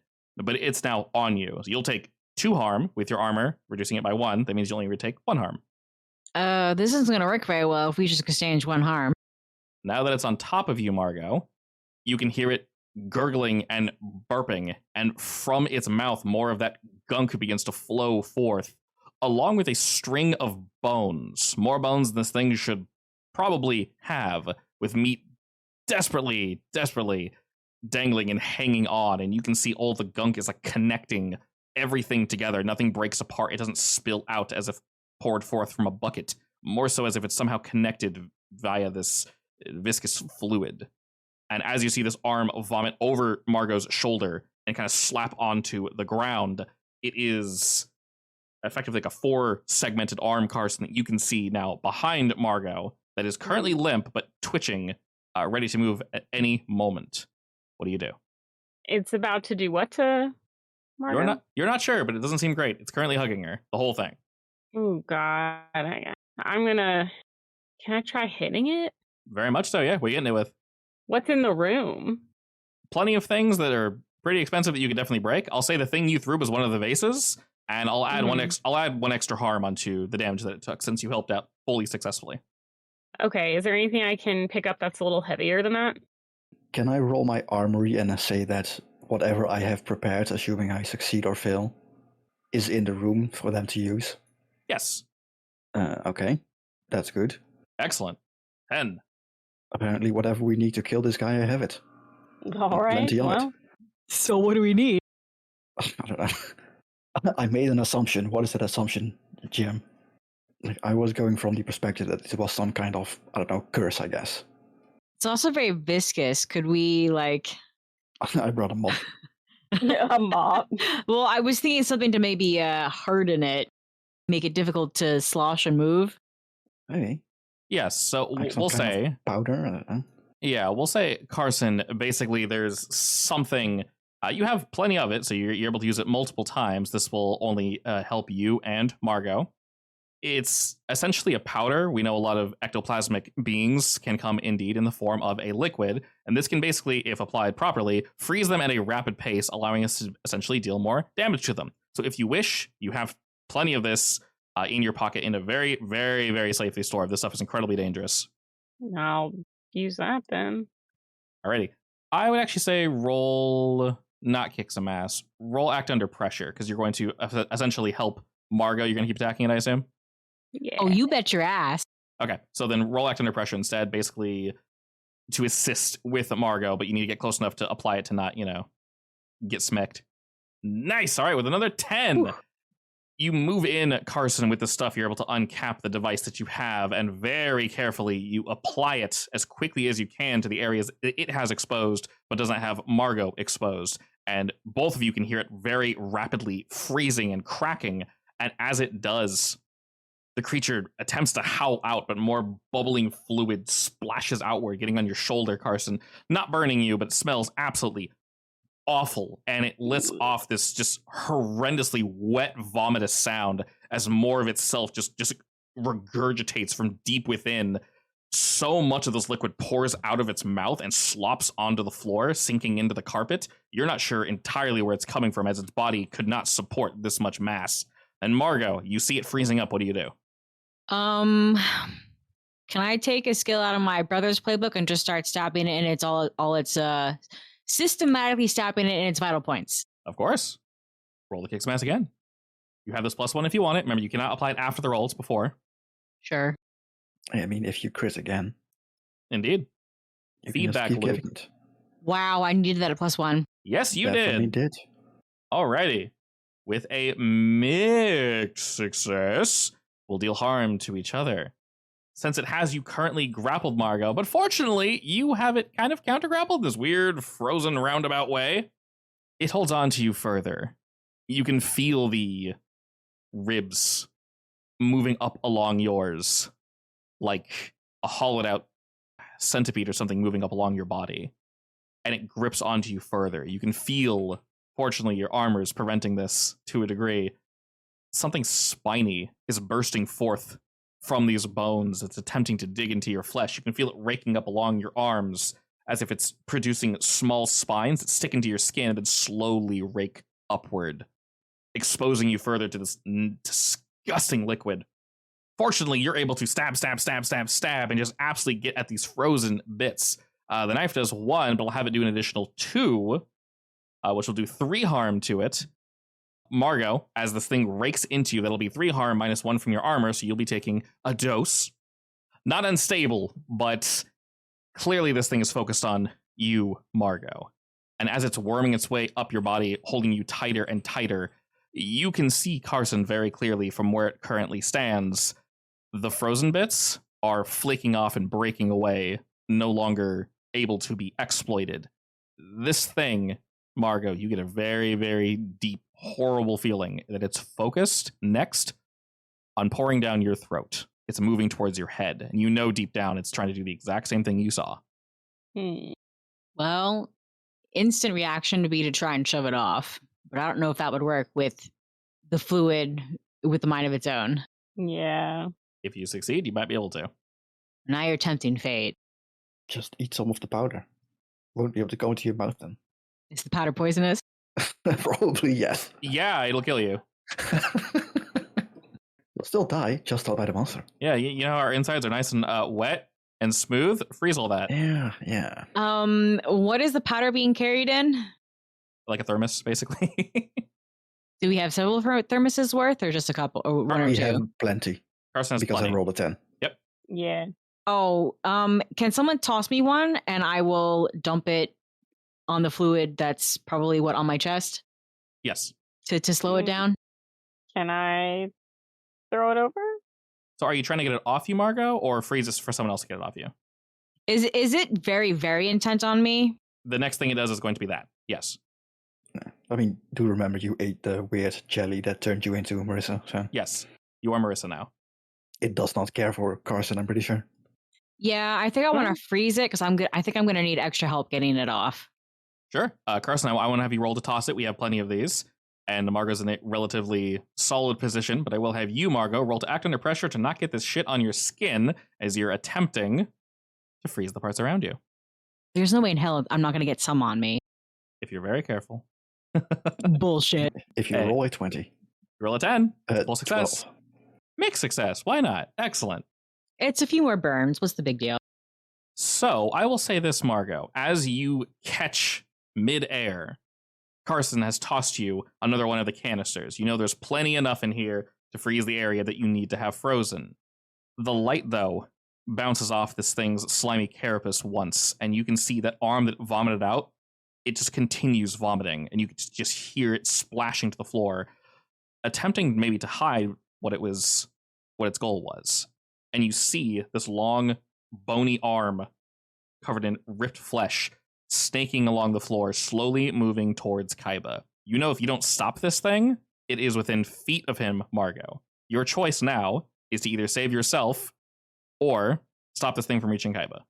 I hate you so much, It's fine. I'm still at full health. Kaiba. Just jam the flask up its face, freeze it from the inside out. No, I'll splash the powder on the arm. All right, you shoot this powder onto the arm in a very quick snap decision. It freezes around its wrist, something difficult to tell. It's a long ass wrist. It just goes and goes and goes. And as it does, it continues attempting to vomit up this substance, but it freezes rapidly as it cuts backward closer to its face, and also burning down the arm that is slinking along the carpet that is now probably permanently ruined. You see this, though, Margot, as the ice continues forward. The hand that was creeping along the floor ceases. While the ice does not firmly reach it, you know somewhere in between, as you kind of twist your body, you feel the arm snap free of the rest of its appendage. And you know, for now at least, Kaiba is indeed safe. As you laugh to yourself, you feel the tip of a finger enter your mouth as it pulls on your cheek, and you can taste whatever's covering this thing, and it is indescribably rancid. All right, now I gotta try and get it off myself. Honestly, just roll out under pressure for trying to get it off you. Carson could also roll protect someone, I guess. Yeah, I could try that. I don't how. Well, Carson, do you want to help rip this thing off Margot? Yeah. Or help in this case. Roll me help out, yeah. I don't want y'all to die. Remember, if you want that +1, you have it. Nice. Excellent, you didn't need the +1. All right, your 12 brings Margot's act under pressure to a 10, which is a full success. The two of you, or I guess one of you, charges at Margot, grabbing onto the outer part of its ribs that you very quickly notice go on for far too long. And you just pull away, Margot. You get the finger out of your mouth, and you feel it try to snap back against your cheek, and you rip it off, and you feel some of the bones crack almost as if they're hollow. And both of you together, as you wrench at this thing, you're able to just slide it off of Margot, and just trails of slime and decay stick from it to you, Margot. But all of you are able to throw it onto the floor. It smashes into that love seat, and you can see it, quick as a cockroach, whip around the back side of it. And you can hear the bones chattering, and it's continuing to make that bubbling sound. Hold up. As in it got away? Didn't get away. It's just right behind one of the couches. Well, I'll take some more canisters of that stuff. Okay. Leap over the couch and just dump them everywhere. All right, go for it. I'm asking for the same roll over and over, but you know what? Do it again! Stop ruining the couch. You gotta piss the guy off. Oh, we're gonna buy a new one. True. I mean, we aren't even sure if this is technically the room anyway, so. That is a good point, but I am prepared to drop my wallet on fixing this house. Yeah. Alrighty. And I'm sure I.C.S. is like a disposal unit. They have to have an emergency fund. They have to. Very much Yeah, so, I mean, for cleanup. Yeah, I mean, there's literally a corpse in the house right now, so. With this action, Margot, you're able to fling yourself over the love seat, and you see it looking up, ready to pounce at you, but fortunately, you were ready first as you pour 2 full canisters straight down onto this thing's face, and all the vomitous ick that is burbling up from its throat freezes in place as you see the bubbles snap and pop as it freezes over. Its entire body from top to bottom becomes absolutely horrid sculpture of snow and ice, and for this moment, it is frozen in place, unable to move in its entirety. Kaiba still standing there, sweating in a corner, looking like he's holding an eel, an invisible eel. Hurry up. An invisible eel. This is intense.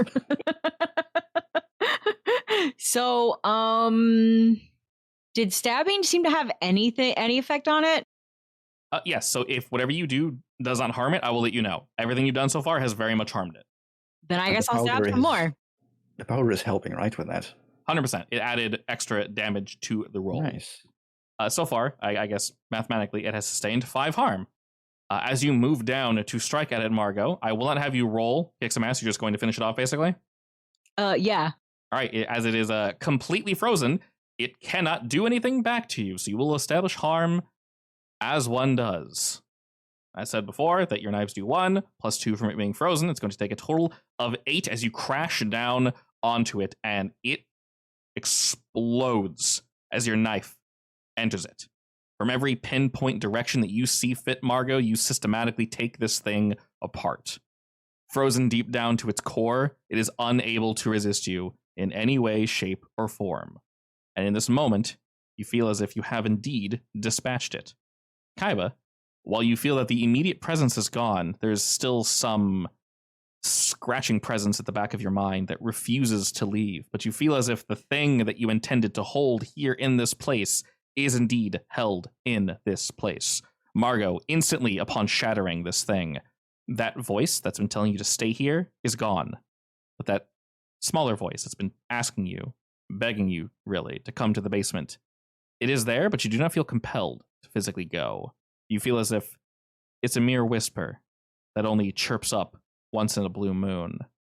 Maybe more in the future, but for now it has indeed subsided. The reel continues to clack, playing empty frames for you all. Light continuing to flash.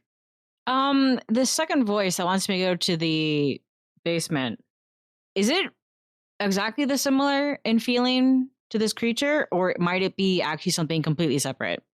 It feels exactly the same, but almost as if your mind were split into multiple fragments, and you were hearing all these voices at the same time, as if to say, Margot, turn left, but at the same time a quieter voice whispered under that one saying, no, turn right. The exact same voice, though. And all is still in the room. I mean, in that case, I probably want to go down to the basement to make sure we kill that too. Am I still effectively holding onto something, or is it like fleeting something I can't really hold onto? The immediate presence, Kaiba, is gone. The fleeting presence you feel as if cannot be contained in the way that you wish to contain it. But the local one, Okay. you feel as if you no longer need to do what you're doing. You're free. So it's basically, it feels like the entity that was tied to Marissa is gone, but the source of it is not, I guess. No, it feels, well, here. Margaret, you go downstairs into the basement. Yeah. As you begin to move around, you instinctively reach out to turn some lights on, which Carson attempted earlier, realizing there was no switch there. And Margaret, you instantly slap the light on. There is indeed a switch. The basement's relatively close by.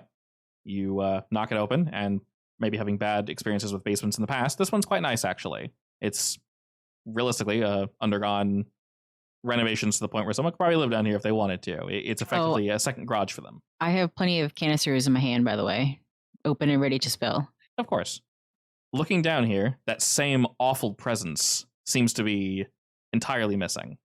The voice that's calling to you doesn't seem to be stronger from down here either, and it only called once.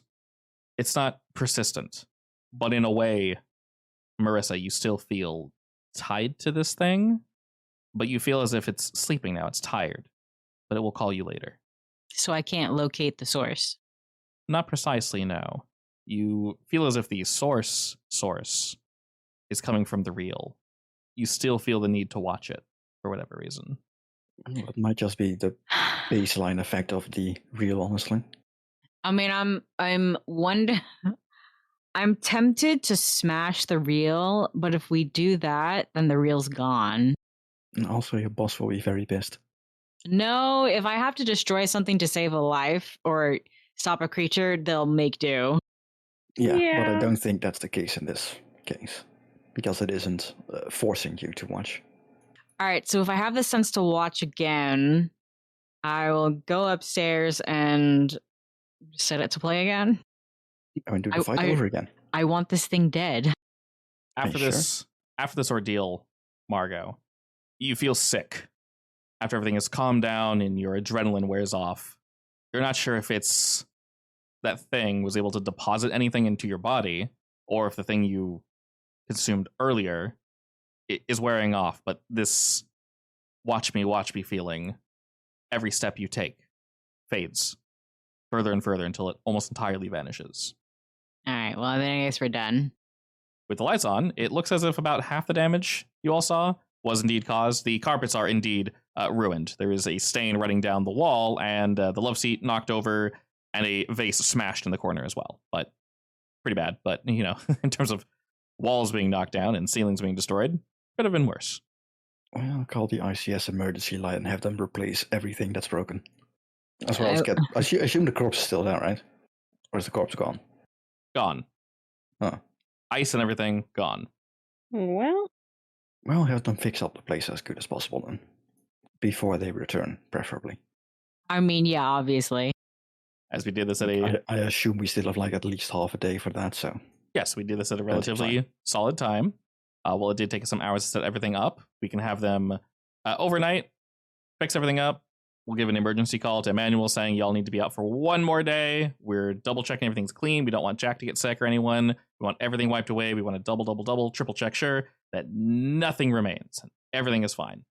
And while hesitant again, I.C.S. will make this call for you guys, but your handler will contact, because obviously you guys just underwent something that was relatively stressful. They will contact your group and effectively let you know, prior to them saying, we need one more day, Emmanuel already seemed a little frustrated and slightly off-put in general. In what way? They couldn't place it, but he would like you guys to call him the second you can. Oh boy, did he also look at the tape? We'll leave that phone call to you, Carson. Or maybe ooh, something happened to Marissa, maybe. We'll see. sure can All right, do you the talking. give him a call? Yeah. All right, it is indeed late. We've spent some time. I.C.S. has swung by. They're beginning to clean things up. You guys can realistically head back whenever you'd like, but you ring up Emmanuel, and you hear him on the other line say, hello? Who is this? Yeah, this is Carson with I.C.S. Ah, yes, I've been meaning to contact you. Apologies, I could not contact you directly. Your management inquired as to our state and, well, letting us know that we need to stay out an additional day. Things got messy, apparently, yes? That is correct. There was definitely a bit more of a problem present than we thought there was. Indeed, You I know, actually it's, I meant guess, to contact you regarding that. If you have a moment, of course. yes. Wonderful. Do you want to talk about it now? Yes, the sooner the better. Right. Well, I'm free if you want to discuss it. Excellent. I ask you keep an open mind with my incoming question, but are the three of you being honest with me outright? Are you making this in front of me? The phone call? Yeah. Yeah. Well, actually, I might have stepped away. So he's asking me if I'm telling him the truth. Yes. If it were me, I'd be honest now. Especially Yeah, if actually, I'm realizing that kinda the leaning- problem's not gone. Yeah, I'm thinking about it. I'm going to say, Just pull rank. Sorry, we aren't allowed to talk about that. are we having, look, I'm kind of feeling like maybe we should tell him. Honestly, whatever Oh, Carson yes, feels. and Carson. actually, for that matter, like, I.C.S. obviously doesn't want us to, like, literally tell people that monsters exist. No, Right. but if it's a recurring problem, we can always go back to try and fix it again. It's true. Yeah. Unless it is necessary, which might be in this case, so, yeah. I'm going to ask him, do you have suspicions of some kind? He answers very quickly. Yes, I do, in fact. Marissa has never acted like this, and suddenly, for some unexplainable reason, she has asked me where that red tape was that I sold to one of your compatriots. She needs to view it again for some reason. I don't think that she should view it. I mean, does she still feel like she should see it? Yes, very much so. In fact, she is insistent. I've asked multiple times why. She won't give me a straight answer. I am Oh, in telling that you case, right yeah. now, she should not watch that tape. Why is that? Because the boogeyman is real. I'm not going to say that. Are you familiar with the concept of memetics? Of what? Of what? Memetics? Basically, images that make you compulsory to do certain things. Oh, yeah, I mean, I guess we could say that. Yes. Yeah, I mean, it basically works like that. It's not technically a lie. It's not technically a lie, but it's sort of the truth, and maybe enough of the truth that he'll believe it. Indeed, I have. For some odd reason, she's requesting to view the tape, and she needs to get back home now. There's something in the basement she needs to view. This is unlike her. I don't believe there's anything bug-related. It honestly makes no sense, but it's concerning. Everything that we are doing here is to keep the people in your home safe. As he's mulling this over, go ahead and roll me convince again. You can use that +1 if you'd like. Yeah. Excellent. Ugh. He very much seems on edge this entire time. You're able to talk him down enough where he does indeed calm down, and he agrees that they won't immediately come home. He'll do his best to calm Marissa and ensure she doesn't just take the vehicle and fly back up home in the middle of you guys fixing things. In fact, I don't want to see my house in disrepair. I expect everything to be precisely the way we left it. No stains, nothing scratched again, please, and thank you. Yeah, I mean, we're doing everything in our power to keep your home as intact as it was. Perfect. Well, whatever you're doing, of course, we can only be so patient. So you'll have one more day to accomplish whatever it is you're doing. And on Monday, we shall indeed be back. Yes? Yep. Most excellent. If you need anything from us, please do not hesitate to call. And with that, he hangs up. So the feeling leaving Margot was probably the special magical thing ending the effect. Yeah.